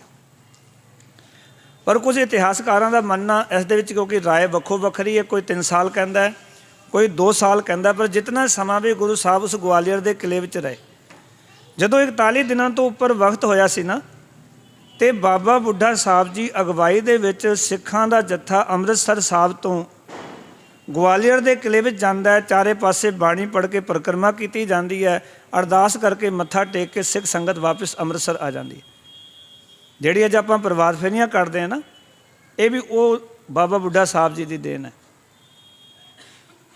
ਜਿਨ੍ਹਾਂ ਨੇ ਉੱਥੇ ਜਾ ਕੇ ਪਿੰਡਾਂ ਵਿੱਚ ਪਹਿਲਾਂ ਤਾਂ ਪੰਜਾਬ ਤੋਂ ਤੁਰਨਾ ਤੇ ਪਿੰਡਾਂ ਵਿੱਚ ਜਾ ਕੇ ਉਹਨਾਂ ਨੇ ਸ਼ਬਦ ਕੀਰਤਨ ਕਰਦੇ ਜਾਣਾ ਤੇ ਲਾਹੌਰ ਉੱਥੋਂ ਤੁਰ ਕੇ ਅੰਮ੍ਰਿਤਸਰ ਤੋਂ ਗਵਾਲੀਅਰ ਦੇ ਕਿਲੇ ਤੱਕ ਪਹੁੰਚਣਾ, ਕਿਲੇ ਦੀ ਪਰਿਕਰਮਾ ਕਰਨੀ। ਇਹ ਜਿਹੜਾ ਕਿਲਾ ਸੀ ਨਾ, ਇਹ 300 ਫਿਟ ਉਚਾਈ ਤੇ ਸੀ, 30 ਫਿਟ ਉੱਚੀ ਕੰਧ ਸੀ, 280 ਮੀਟਰ ਜਿਹੜਾ ਸੀ ਇਹ ਚੌੜਾ ਸੀ ਅਤੇ ਪੌਣੇ 2 ਮੀਲ ਦੀ ਦੂਰੀ ਲੰਬਾਈ ਸੀ ਇਸ ਦੀ ਕਿਲੇ ਦੀ, ਜੋ ਸਾਨੂੰ ਹਵਾਲੇ ਮਿਲਦੇ ਨੇ। ਫਿਰ ਸੁਣ ਲਓ, ਇਹ ਕਿਲਾ ਜਿਹੜਾ ਸੀ 300 ਫਿਟ ਉੱਚਾ ਸੀ। ਇਸ ਕਿਲੇ ਦੀਆਂ ਦੀਵਾਰਾਂ 30 ਫਿਟ ਉੱਚੀਆਂ ਸਨ। ਇਸ ਕਿਲੇ ਦੀ ਜਿਹੜੀ ਲੰਬਾਈ ਸੀ ਉਹ ਪੌਣੇ 2 ਮੀਲ ਸੀ, ਚੌੜਾਈ ਜਿਹੜੀ ਸੀ 2800 ਫਿਟ ਚੌੜਾਈ ਸੀ। ਇਤਨਾ ਵੱਡਾ ਕਿਲਾ ਸੀ ਇਹ। ਤੁਸੀਂ ਬਹੁਤ ਸਾਰਿਆਂ ਨੇ ਗਵਾਲੀਅਰ ਦੇ ਕਿਲੇ ਜਾ ਕੇ ਦਰਸ਼ਨ ਕੀਤੇ ਹੋਣੇ ਨੇ। ਤੁਹਾਨੂੰ ਪਤਾ ਕਿ ਇਹ ਗੁਰਦੁਆਰਾ ਕਦੋਂ ਬਣਿਆ ਗਵਾਲੀਅਰ ਦਾ? 1947 ਵਿੱਚ ਜਦੋਂ ਪਾਕਿਸਤਾਨ ਬਣਿਆ ਤੇ ਸਿੱਖ ਸੰਗਤ ਉੱਥੋਂ ਸਰਦਾਰ ਪੰਜਾਬ ਸਿੰਘ ਜੀ ਔਰ ਉਹ ਅਮਰੀਕ ਸਿੰਘ ਹੋਰ ਗੁਰਸਿੱਖ ਇੱਥੇ ਆਏ ਤੇ ਉਹਨਾਂ ਨੂੰ ਇੱਕ ਥਾਂ ਮਿਲੀ ਜਿੱਥੇ ਪਤਾ ਲੱਗਿਆ ਵੀ ਇਹ ਗਵਾਲੀਅਰ ਦਾ ਕਿਲਾ ਤੇ ਗੁਰੂ ਸਾਹਿਬ ਨੂੰ ਇੱਥੇ ਕੈਦ ਕੀਤਾ ਗਿਆ। ਉੱਥੇ ਗੁਰੂ ਸਾਹਿਬ ਜੀ ਦੇ ਸਿੱਖਾਂ ਨੇ ਰਾਤੋਂ ਰਾਤ ਥੜਾ ਬਣਾ ਕੇ ਔਰ ਉੱਥੇ ਬਾਅਦ ਦੇ ਵਿੱਚ ਉਹ ਗੁਰਦੁਆਰਾ ਸਥਾਪਿਤ ਹੋਇਆ। ਜਿਹੜਾ ਅੱਜ ਗਵਾਲੀਅਰ ਦੇ ਕਿਲੇ ਵਿੱਚ ਤੁਸੀਂ ਜਾਂਦੇ ਨਾ, ਗੁਰਦੁਆਰਾ ਸਾਹਿਬ ਸਥਾਪਿਤ ਨੇ। ਅੱਗੇ ਸਰੋਵਰ ਤੁਸੀਂ ਦੇਖਦੇ ਹੋ, ਪਾਣੀ ਭਰਿਆ ਹੋਇਆ, ਜਿਨ੍ਹਾਂ ਨੇ ਵੀ ਤੁਹਾਡੇ ਵਿੱਚੋਂ ਦਰਸ਼ਨ ਕੀਤੇ ਹੋਣ। ਗੁਰੂ ਸਾਹਿਬ ਜੀ ਨੂੰ ਉੱਥੇ ਜਦੋਂ ਕੈਦ ਰੱਖਿਆ ਗਿਆ, ਦੂਜੇ ਪਾਸੇ ਜਾਗੀਰ ਬਾਦਸ਼ਾਹ ਹੋਰ ਜ਼ਿਆਦਾ ਬਿਮਾਰ ਹੋ ਗਿਆ, ਬਹੁਤ ਬਿਮਾਰ ਰਹਿਣ ਲੱਗ ਪਿਆ। ਜਿਹੜੀ ਨੂਰ ਜਹਾਂ ਸੀ ਜਾਗੀਰ ਦੀ ਪਤਨੀ, ਉਹ ਗੁਰੂ ਘਰ ਨੂੰ ਬੜਾ ਮੰਨਦੀ ਸੀ ਔਰ ਸਾਈਂ ਮੀਆਂ ਮੀਰ ਦੀ ਪੱਕੀ ਸੇਵਕ ਸੀ। ਬੜਾ ਪਿਆਰ ਕਰਦੀ ਸੀ ਸਾਈਂ ਮੀਆਂ ਮੀਰ ਨੂੰ, ਪੱਕੀ ਸੇਵਕ ਸੀ, ਉਹਨਾਂ ਦੀ ਹਰ ਗੱਲ ਮੰਨਦੀ ਸੀ। ਸਾਰੀ ਗੱਲ ਸਾਈਂ ਮੀਆਂ ਮੀਰ ਨੂੰ ਦੱਸੀ ਵੀ ਇਸ ਤਰ੍ਹਾਂ ਮੇਰਾ ਪਤੀ ਬਹੁਤ ਬਿਮਾਰ ਹੈ ਤੇ ਤੁਸੀਂ ਕੁਝ ਕਰੋ। ਤੇ ਸਾਈਂ ਮੀਆਂ ਮੀਰ ਨੇ ਆਖਿਆ ਸੀ, ਨੂਰ ਜਹਾਂ ਸੱਚ ਗੱਲ ਤਾਂ ਇਹ ਹੈ ਕਿ ਇਸ ਦੀ ਬਿਮਾਰੀ ਦਾ ਕਾਰਨ ਹੈ ਕਿ ਇੱਕ ਸੱਚੇ ਗੁਰੂ ਨਾਨਕ ਦੀ ਪਦਵੀ 'ਤੇ ਬੈਠੇ ਹੋਏ ਪੀਰ ਗੁਰੂ ਹਰਗੋਬਿੰਦ ਸਾਹਿਬ ਜੀ ਨੂੰ ਕੈਦ ਕੀਤਾ, ਉਹਨਾਂ ਨੂੰ ਕੋਈ ਦੁੱਖ ਦਿੱਤਾ ਹੋਏਗਾ ਤਾਂ ਇਹ ਬਿਮਾਰ ਹੋਇਆ, ਉਹਨਾਂ ਨੂੰ ਦੁੱਖ ਦਿੱਤਾ ਹੋਏਗਾ। ਯਾਦ ਰੱਖਣਾ, ਜਦੋਂ ਕਿਸੇ ਨੂੰ, ਕਿਸੇ ਰੱਬ ਦੇ ਪਿਆਰੇ ਨੂੰ ਕੋਈ ਦੁੱਖ ਦਿੰਦਾ ਨਾ, ਉਸ ਨੂੰ ਮਹਾਰਾਜ ਨੇ ਇਸ ਤਰ੍ਹਾਂ ਆਖਿਆ, ਬਾਣੀ ਦੇ ਅੰਦਰ ਤੁਸੀਂ ਚੌਪਈ ਸਾਹਿਬ ਦੇ ਅੰਦਰ ਹੀ ਪੜ੍ਹਦੇ ਹੋ, ਸੰਤਨ ਦੁੱਖ ਪਾਏ ਤੇ ਦੁਖੀ, ਸੁਖ ਪਾਏ ਸਾਧੁਨ ਕੇ ਸੁਖੀ। ਜਦੋਂ ਕੋਈ ਰੱਬ ਦੇ ਪਿਆਰਿਆਂ ਨੂੰ ਦੁਖੀ ਕਰਦਾ ਹੈ ਤਾਂ ਯਾਦ ਰੱਖਣਾ ਉਹ ਕਦੀ ਸੁਖੀ ਨਹੀਂ ਰਹਿ ਸਕਦਾ, ਕਿਉਂਕਿ ਰੱਬ ਕਦੀ ਖੁਸ਼ ਨਹੀਂ ਹੁੰਦਾ। ਜਦੋਂ ਆਪਣੇ ਪਿਆਰਿਆਂ ਦੇ ਉੱਤੇ ਦੁੱਖ ਦੇਖਦਾ ਉਹ ਬੜਾ ਦੁਖੀ ਹੋ ਜਾਂਦਾ ਰੱਬ ਵੀ। ਅਤੇ ਜੇ ਰੱਬ ਦੇ ਪਿਆਰਿਆਂ ਨੂੰ ਸੁੱਖ ਮਿਲਦਾ ਤਾਂ ਰੱਬ ਮੇਰਾ ਸੁਖੀ ਹੋ ਜਾਂਦਾ, ਪ੍ਰਸੰਨ ਹੋ ਜਾਂਦਾ ਵੀ ਮੇਰੀ ਭਗਤੀ ਕਰਨ ਵਾਲੇ ਸੁਖੀ ਹਨ, ਆਨੰਦ ਦੇ ਵਿੱਚ ਹਨ, ਚੜ੍ਹਦੀ ਕਲਾ ਵਿੱਚ ਹਨ। ਉਸ ਦੌਰਾਨ ਜਦੋਂ ਇਹ ਗੱਲ ਆਖੀ ਤਾਂ ਵੀ ਜਾਗੀਰ ਬਾਦਸ਼ਾਹ ਦੀ ਤਸੱਲੀ ਨਹੀਂ ਹੋਈ। ਬੜਾ ਸੰਕੀ ਬਾਦਸ਼ਾਹ ਸੀ ਇਹ, ਸਗ ਸੰਕਾ ਕਰਨ ਵਾਲਾ। ਬਾਰ-ਬਾਰ ਸਮਝਾਉਣ ਤੋਂ ਬਾਅਦ ਅੰਦਰ ਦੀਆਂ ਰਿਪੋਰਟਾਂ ਆਈਆਂ। ਹਰਦਾਸ ਜਿਹੜਾ ਜੇਲਦਾਰ ਸੀ ਉਸਨੇ ਰਿਪੋਰਟਾਂ ਦਿੱਤੀਆਂ ਵੀ ਗੁਰੂ ਸਾਹਿਬ ਜੀ ਨੂੰ ਇਤਨੇ ਸਮਾਂ ਹੋ ਗਿਆ ਇੱਥੇ, ਗੁਰੂ ਸਾਹਿਬ ਜੀ ਦਾ ਕੋਈ ਮਨ ਨਹੀਂ ਹੈ ਇਸ ਰਾਜਗੱਦੀ 'ਤੇ ਬੈਠਣ ਦਾ, ਰਾਜਨੀਤੀ ਕਰਨ ਦਾ। ਗੁਰੂ ਸਾਹਿਬ ਤਾਂ ਗਰੀਬਾਂ ਦੇ ਰਾਖੇ ਹਨ, ਉਹਨਾਂ ਦੀ ਵਿਚਾਰਧਾਰਾ ਤਾਂ ਗਰੀਬਾਂ ਦੀ ਰੱਖਿਆ ਕਰਨੀ ਹੈ। ਗੁਰੂ ਸਾਹਿਬ ਦੀ ਵਿਚਾਰਧਾਰਾ ਤਾਂ ਇਹ ਹੈ ਕਿ ਮਨੁੱਖਤਾ ਦੇ ਅੰਦਰ ਇਨਸਾਨੀਅਤ ਨੂੰ ਪ੍ਰਗਟ ਕਰਨਾ। ਇਹ ਇਨਸਾਨੀਅਤ ਪ੍ਰਗਟ ਕਰਨ ਵਾਲੇ ਨੇ, ਇਹਨਾਂ ਦੇ ਮਨ ਵਿੱਚ ਕੋਈ ਭੁੱਖ ਨਹੀਂ ਇਸ ਰਾਜਨੀਤੀ ਦੀ, ਤੇਰੇ ਵਰਗੀ ਗੱਦੀਆਂ ਦੀ। ਇਹ ਰਿਪੋਰਟਾਂ ਜਾਂਦੀਆਂ ਸਨ ਉਸਦੇ ਕੋਲ, ਸਮਝਾਇਆ ਜਾਂਦਾ ਸੀ ਉਸਨੂੰ। ਆਖਿਰਕਾਰ ਉਸਨੂੰ ਗੱਲ ਸਮਝ ਵਿੱਚ ਆਈ ਔਰ ਗੁਰੂ ਸਾਹਿਬ ਜੀ ਨੂੰ ਰਿਹਾ ਕਰਨ ਦਾ ਫੈਸਲਾ ਕੀਤਾ ਗਿਆ। ਗੁਰੂ ਸਾਹਿਬ ਜੀ ਨੂੰ ਆਰਡਰ ਕੱਢੇ ਗਏ ਕਿ ਰਿਹਾ ਕਰ ਦਿੱਤਾ ਜਾਏ। ਰਿਹਾਈ ਦੇ ਕਾਗਜ਼ ਹਰਦਾਸ ਕੋਲ ਆਏ। ਹਰਦਾਸ ਨੇ ਬੇਨਤੀ ਕੀਤੀ, ਮਹਾਰਾਜ ਵੀ ਆਪ ਜੀ ਨੂੰ ਰਿਹਾ ਕੀਤਾ ਜਾਂਦਾ ਹੈ। ਅਤੇ ਜਦੋਂ ਗੁਰੂ ਸਾਹਿਬ ਜੀ ਦੇ ਰਿਹਾਈ ਦੇ ਆਰਡਰ ਆਏ ਨਾ, ਉਸ ਵੇਲੇ ਜਿਹੜੇ ਕਿਲੇ ਦੇ ਵਿੱਚ ਉਹ ਪੁਰਾਤਨ 22 ਧਾੜ ਦੇ ਰਾਜੇ, ਆਲੇ ਦੁਆਲੇ ਦੇ ਰਾਜੇ, ਦਿੱਲੀ ਦੇ ਰਾਜੇ, ਬੱਲਮਗੜ੍ਹ ਦੇ ਰਾਜੇ, ਹੋਰ ਆਸੇ ਪਾਸੇ ਦੇ ਜਿਹੜੇ ਰਾਜੇ ਕੈਦ ਸਨ, ਉਹ ਬੜੇ ਵਿਆਕੁਲ ਹੋ ਗਏ, ਬੜੇ ਦੁਖੀ ਹੋਣ ਲੱਗ ਪਏ ਵੀ ਮਹਾਰਾਜ ਤੁਸੀਂ ਚਲੇ ਜਾਣਾ, ਸਾਡਾ ਪੁਰਾਣਾ ਜਿਵੇਂ ਹਾਲ ਸੀ ਉਹੀ ਹਾਲ ਹੋ ਜਾਣਾ, ਸਾਡੇ ਉੱਤੇ ਕਿਰਪਾ ਕਰੋ। क्योंकि जदों तो तुसी आए हो, क्योंकि उन्होंने चेहरा के उत्ते भी रौनक आ गई सन। उन्होंने भी गुरु साहब ने एक प्रण किया सी, महाराज अज तो बाद असी मनुखता की जाके सेवा करांगे, असी राजियां की तरह नहीं जीवांगे। गुरु साहब नाल प्रण किया सी उन्होंने भी महाराज सच्चे पातशाह भी हुण सानू किसी तरीके नाल इथों रिहा कराओ। गुरु साहब जी ने जदों 2-3 दिन उपर लंघ गए, ऑर्डर आया नूं, गुरु साहब किले तो ना गए, तो हरदास जिहड़ा सी उसने पूछा, महाराज आप जी की रिहाई के ऑर्डर आ गए ने, तो आप किला क्यों नहीं छड्डदे? सतगुर कहते ने यह किला तां छड्डिया जाएगा जदों ये जिहड़े कैदी ने इन्हां नूं रिहा किया जाएगा, उस तो पहला किला नहीं छड्डिया जाएगा। हुण दूजे पासे मरता क्या ना करता, जागीर बादशाह का मंजे ते पिया सी, तो उन्होंने बार बार दस्या जा रहा सी तेरी दुख का बीमारी का कारण यह है कि गुरु नानक पातशाह की 6वीं जोत नूं तू काबू किया होया, ग्वालियर के किले च बंद किया होया। कितने सिख दर्शन करना चाहते हैं सतगुर के, उतनियां कितनियां बदुआं तो लै रहे हैं उन्होंने, वो दर्शन नहीं कर पा रहे सतगुरां दे।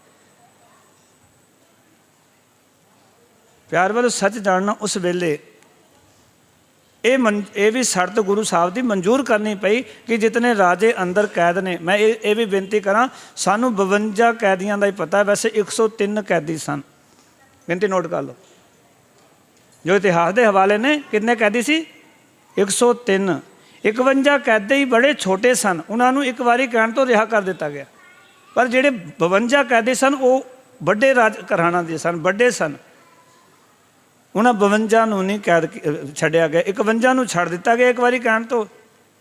जदों 52 ना छड्डिया गया, गुरु साहब फिर भी नहीं गए। उन्होंने आख्या भी 51 तुहाडे कहण तो रिहा कर दिते ने, तो हुण तां सतगुर जी किला छड्डो। कहंदे नहीं, जितने कैदी ने सारे ही रिहा होणगे। हुण जागीर बादशाह अजे भी चलाकियां दिखा रहा है, अजे उसके मन दे विच अजे भी चलाकी है। उन्हें आख्या चलो छड्ड दिते जाणगे, पर उही ग्वालियर के किले तो जा सकते हैं जिहड़े कि गुरु साहब जी की चोले का लड़ फड़ के बाहर चले जान, पल्ला फड़ के गुरु साहब जी का बाहर चले जान। उसके मन में ऐसी भी चोला छोटा जिहा हुंदा है, कितने बंदे एक बारी बाहर निकल सकते हैं, दरवाजा भी छोटा है, 2 बंदे 4 बंदे जा सकते हैं। गुरु साहब जी का पक्का सेवक उस वेले का जेलदार हरदास पूर्ण सिख बन चुकिया, गुरु साहब का पक्का सेवक बन चुकिया, और सारी जेल उसके अंडर में आती है, सारे नीचे के कर्मचारी उसके अंडर में आते हैं। उसके वास्ते कोई बड़ा कर्म नहीं। गुरु साहब ने आख्या कि एक 52 कलियां का चोला तैयार कराया जाए।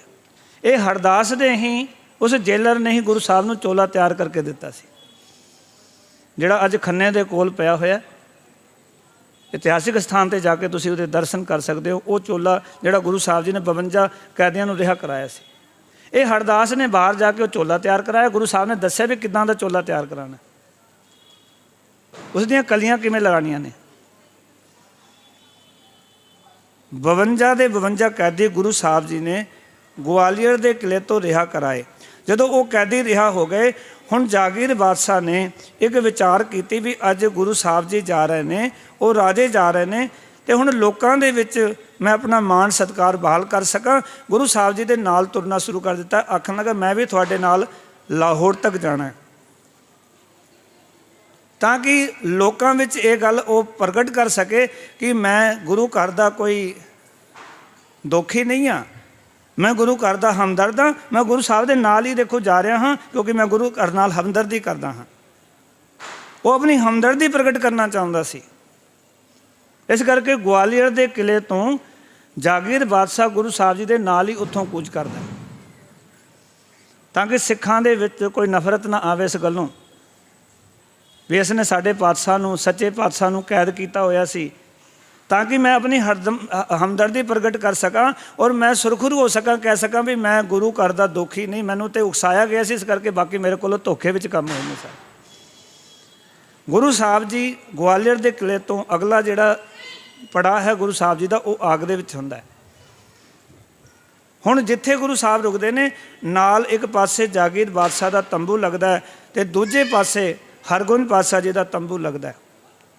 इतिहास में ये मिलता है सानू कि एक घाई जिथे भी गुरु साहब हुण पहुँच रहे हैं, आले दुआले दियां जिहड़ियां सिख संगतां ने ਜੋ ਗੁਰੂ ਨਾਨਕ ਪਾਤਸ਼ਾਹ ਜੀ ਤੋਂ, ਗੁਰੂ ਨਾਨਕ ਪਾਤਸ਼ਾਹ ਜੀ ਨਾਲ ਜੁੜੀਆਂ ਹੋਈਆਂ ਨੇ, ਗੁਰੂ ਨਾਨਕ ਨਾਮ ਲੈਵਾ ਜਿਹੜੀਆਂ ਸੰਗਤਾਂ ਨੇ, ਉਹ ਹੁਮ ਹੁਮਾ ਕੇ ਦਰਸ਼ਨਾਂ ਵਾਸਤੇ ਪਹੁੰਚ ਰਹੀਆਂ ਨੇ। ਇਹ ਗਰੀਬ ਭਾਈ ਹੈ, ਗੁਰੂ ਨਾਨਕ ਦੀ ਸਿੱਖੀ ਇਸ ਨੇ ਅਪਣਾਈ ਹੋਈ ਹੈ, ਗੁਰੂ ਘਰ ਨੂੰ ਬੜਾ ਪਿਆਰ ਕਰਦਾ ਹੈ ਅਤੇ ਗੁਰੂ ਹਰਗੋਬਿੰਦ ਪਾਤਸ਼ਾਹ ਜੀ ਦਾ ਦੀਦਾਰ ਕਰਨਾ ਚਾਹੁੰਦਾ, ਪਰ ਅੱਜ ਤੋਂ ਪਹਿਲਾਂ ਕਦੇ ਦੀਦਾਰ ਕੀਤੇ ਨਹੀਂ ਸਨ। ਉਸ ਤੋਂ ਪਹਿਲਾਂ ਕਦੇ ਮਹਾਰਾਜ ਨੂੰ ਵੇਖਿਆ ਹੀ ਨਹੀਂ ਸੀ। ਅੱਜ ਕੀ ਹੋਇਆ, ਘਾਹ ਦੀ ਪੰਡ ਤਿਆਰ ਕੀਤੀ, ਇੱਕ ਟਕਾ ਸੀ ਘਰ ਵਿੱਚ ਲੱਭਿਆ ਅਤੇ ਇੱਕ ਟਕਾ ਖੋਟਾ ਜਿਹਾ ਮਿਲਿਆ ਇਸ ਨੂੰ। ਘਰ ਵਿੱਚ ਜੋ ਸੀ ਉਹ ਲੈ ਕੇ ਤੁਰ ਪਿਆ। ਆਗਰੇ ਗੁਰੂ ਸਾਹਿਬ ਜੀ ਕੋਲ ਉੱਥੇ ਪਹੁੰਚਦਾ ਹੈ। ਉੱਥੇ 2 ਤੰਬੂ ਲੱਗੇ ਨੇ।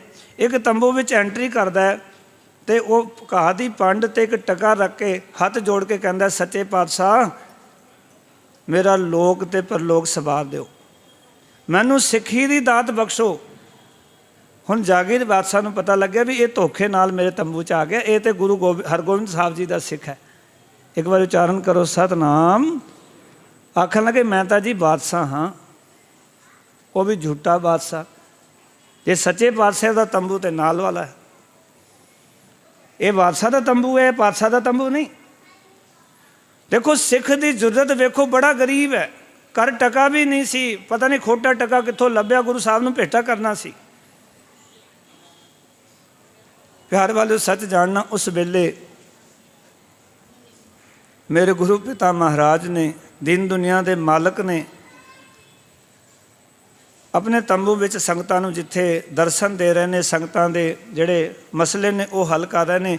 ਇਹ ਘਾਈ ਵੀ ਆਪਣੀ ਪੰਡ ਚੁੱਕ ਤੇ ਟਕਾ ਅੱਗੋਂ ਚੱਕਿਆ, ਅਤੇ ਜਦੋਂ ਉਠਾਇਆ ਨਾ ਟਕਾ ਅਤੇ ਪੰਡ, ਐਲਕਾਰਾਂ ਨੇ ਰੋਕ ਲਿਆ। ਕਹਿਣ ਲੱਗੇ, ਇਹ ਤਾਂ ਬਾਦਸ਼ਾਹ ਦੀ ਬਹੁਤ ਵੱਡੀ ਬੇਇੱਜ਼ਤੀ ਹੈ, ਬਦਨਾਮੀ ਹੈ,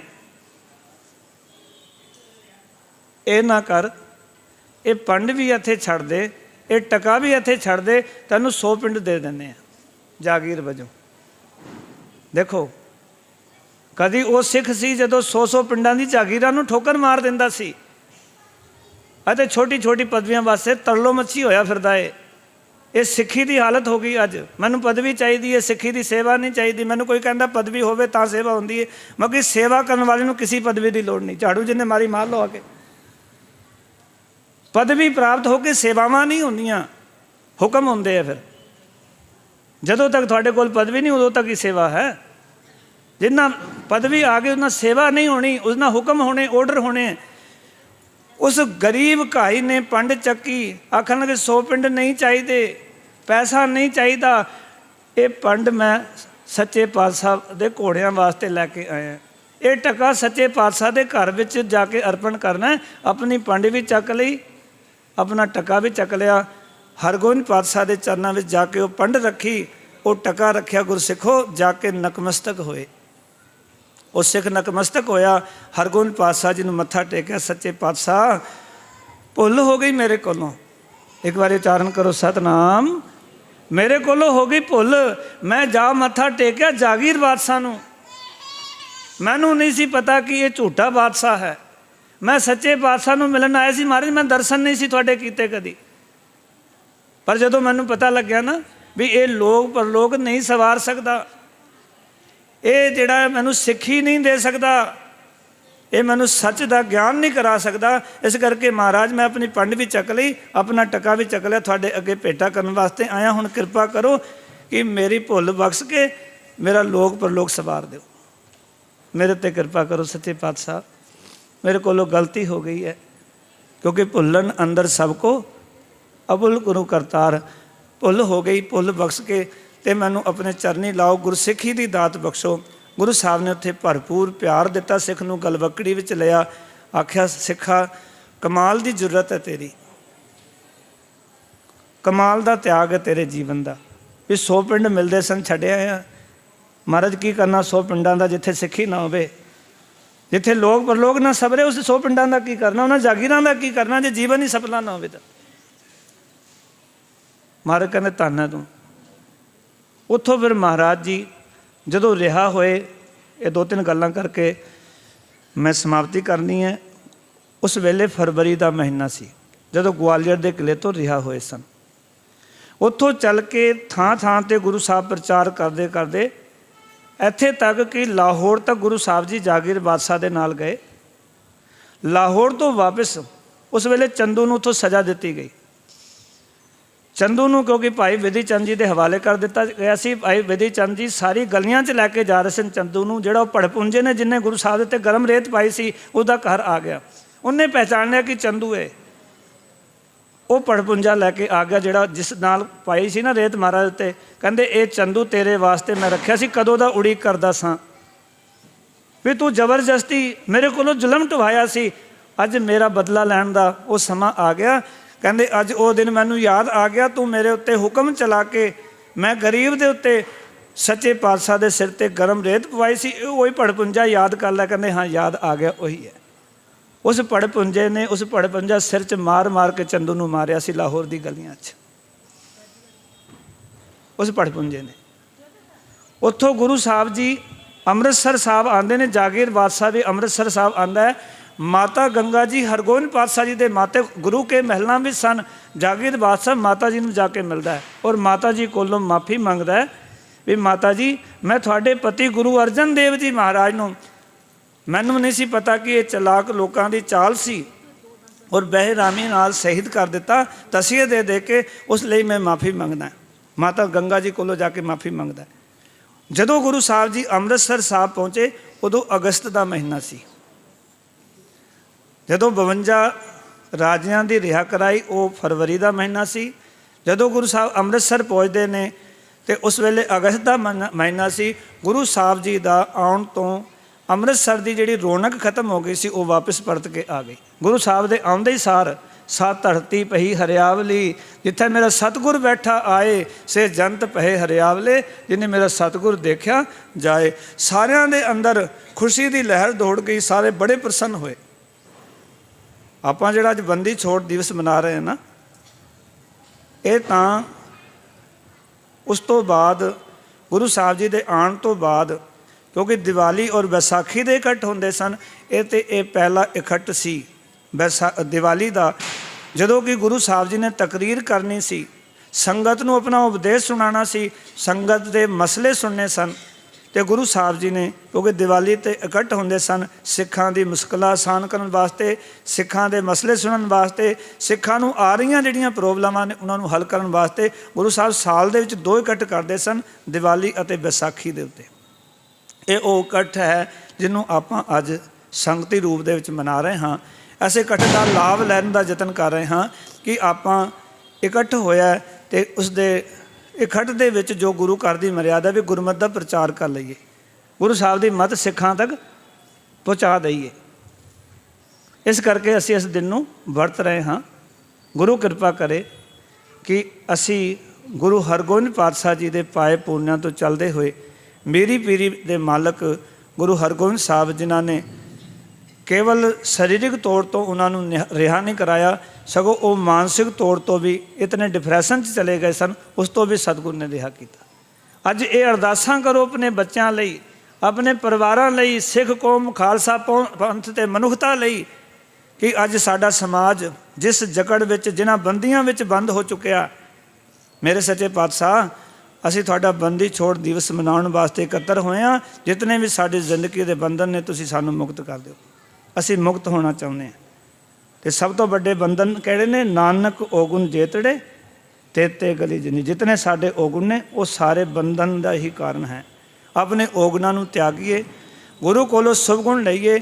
ਗੁਣ ਵੱਧਦੇ ਜਾਣਗੇ, ਔਗੁਣ ਕਦੋਂ ਸਮਾਪਤ ਹੋ ਜਾਣੇ ਨੇ ਸਾਨੂੰ ਪਤਾ ਵੀ ਨਹੀਂ ਲੱਗਣਾ।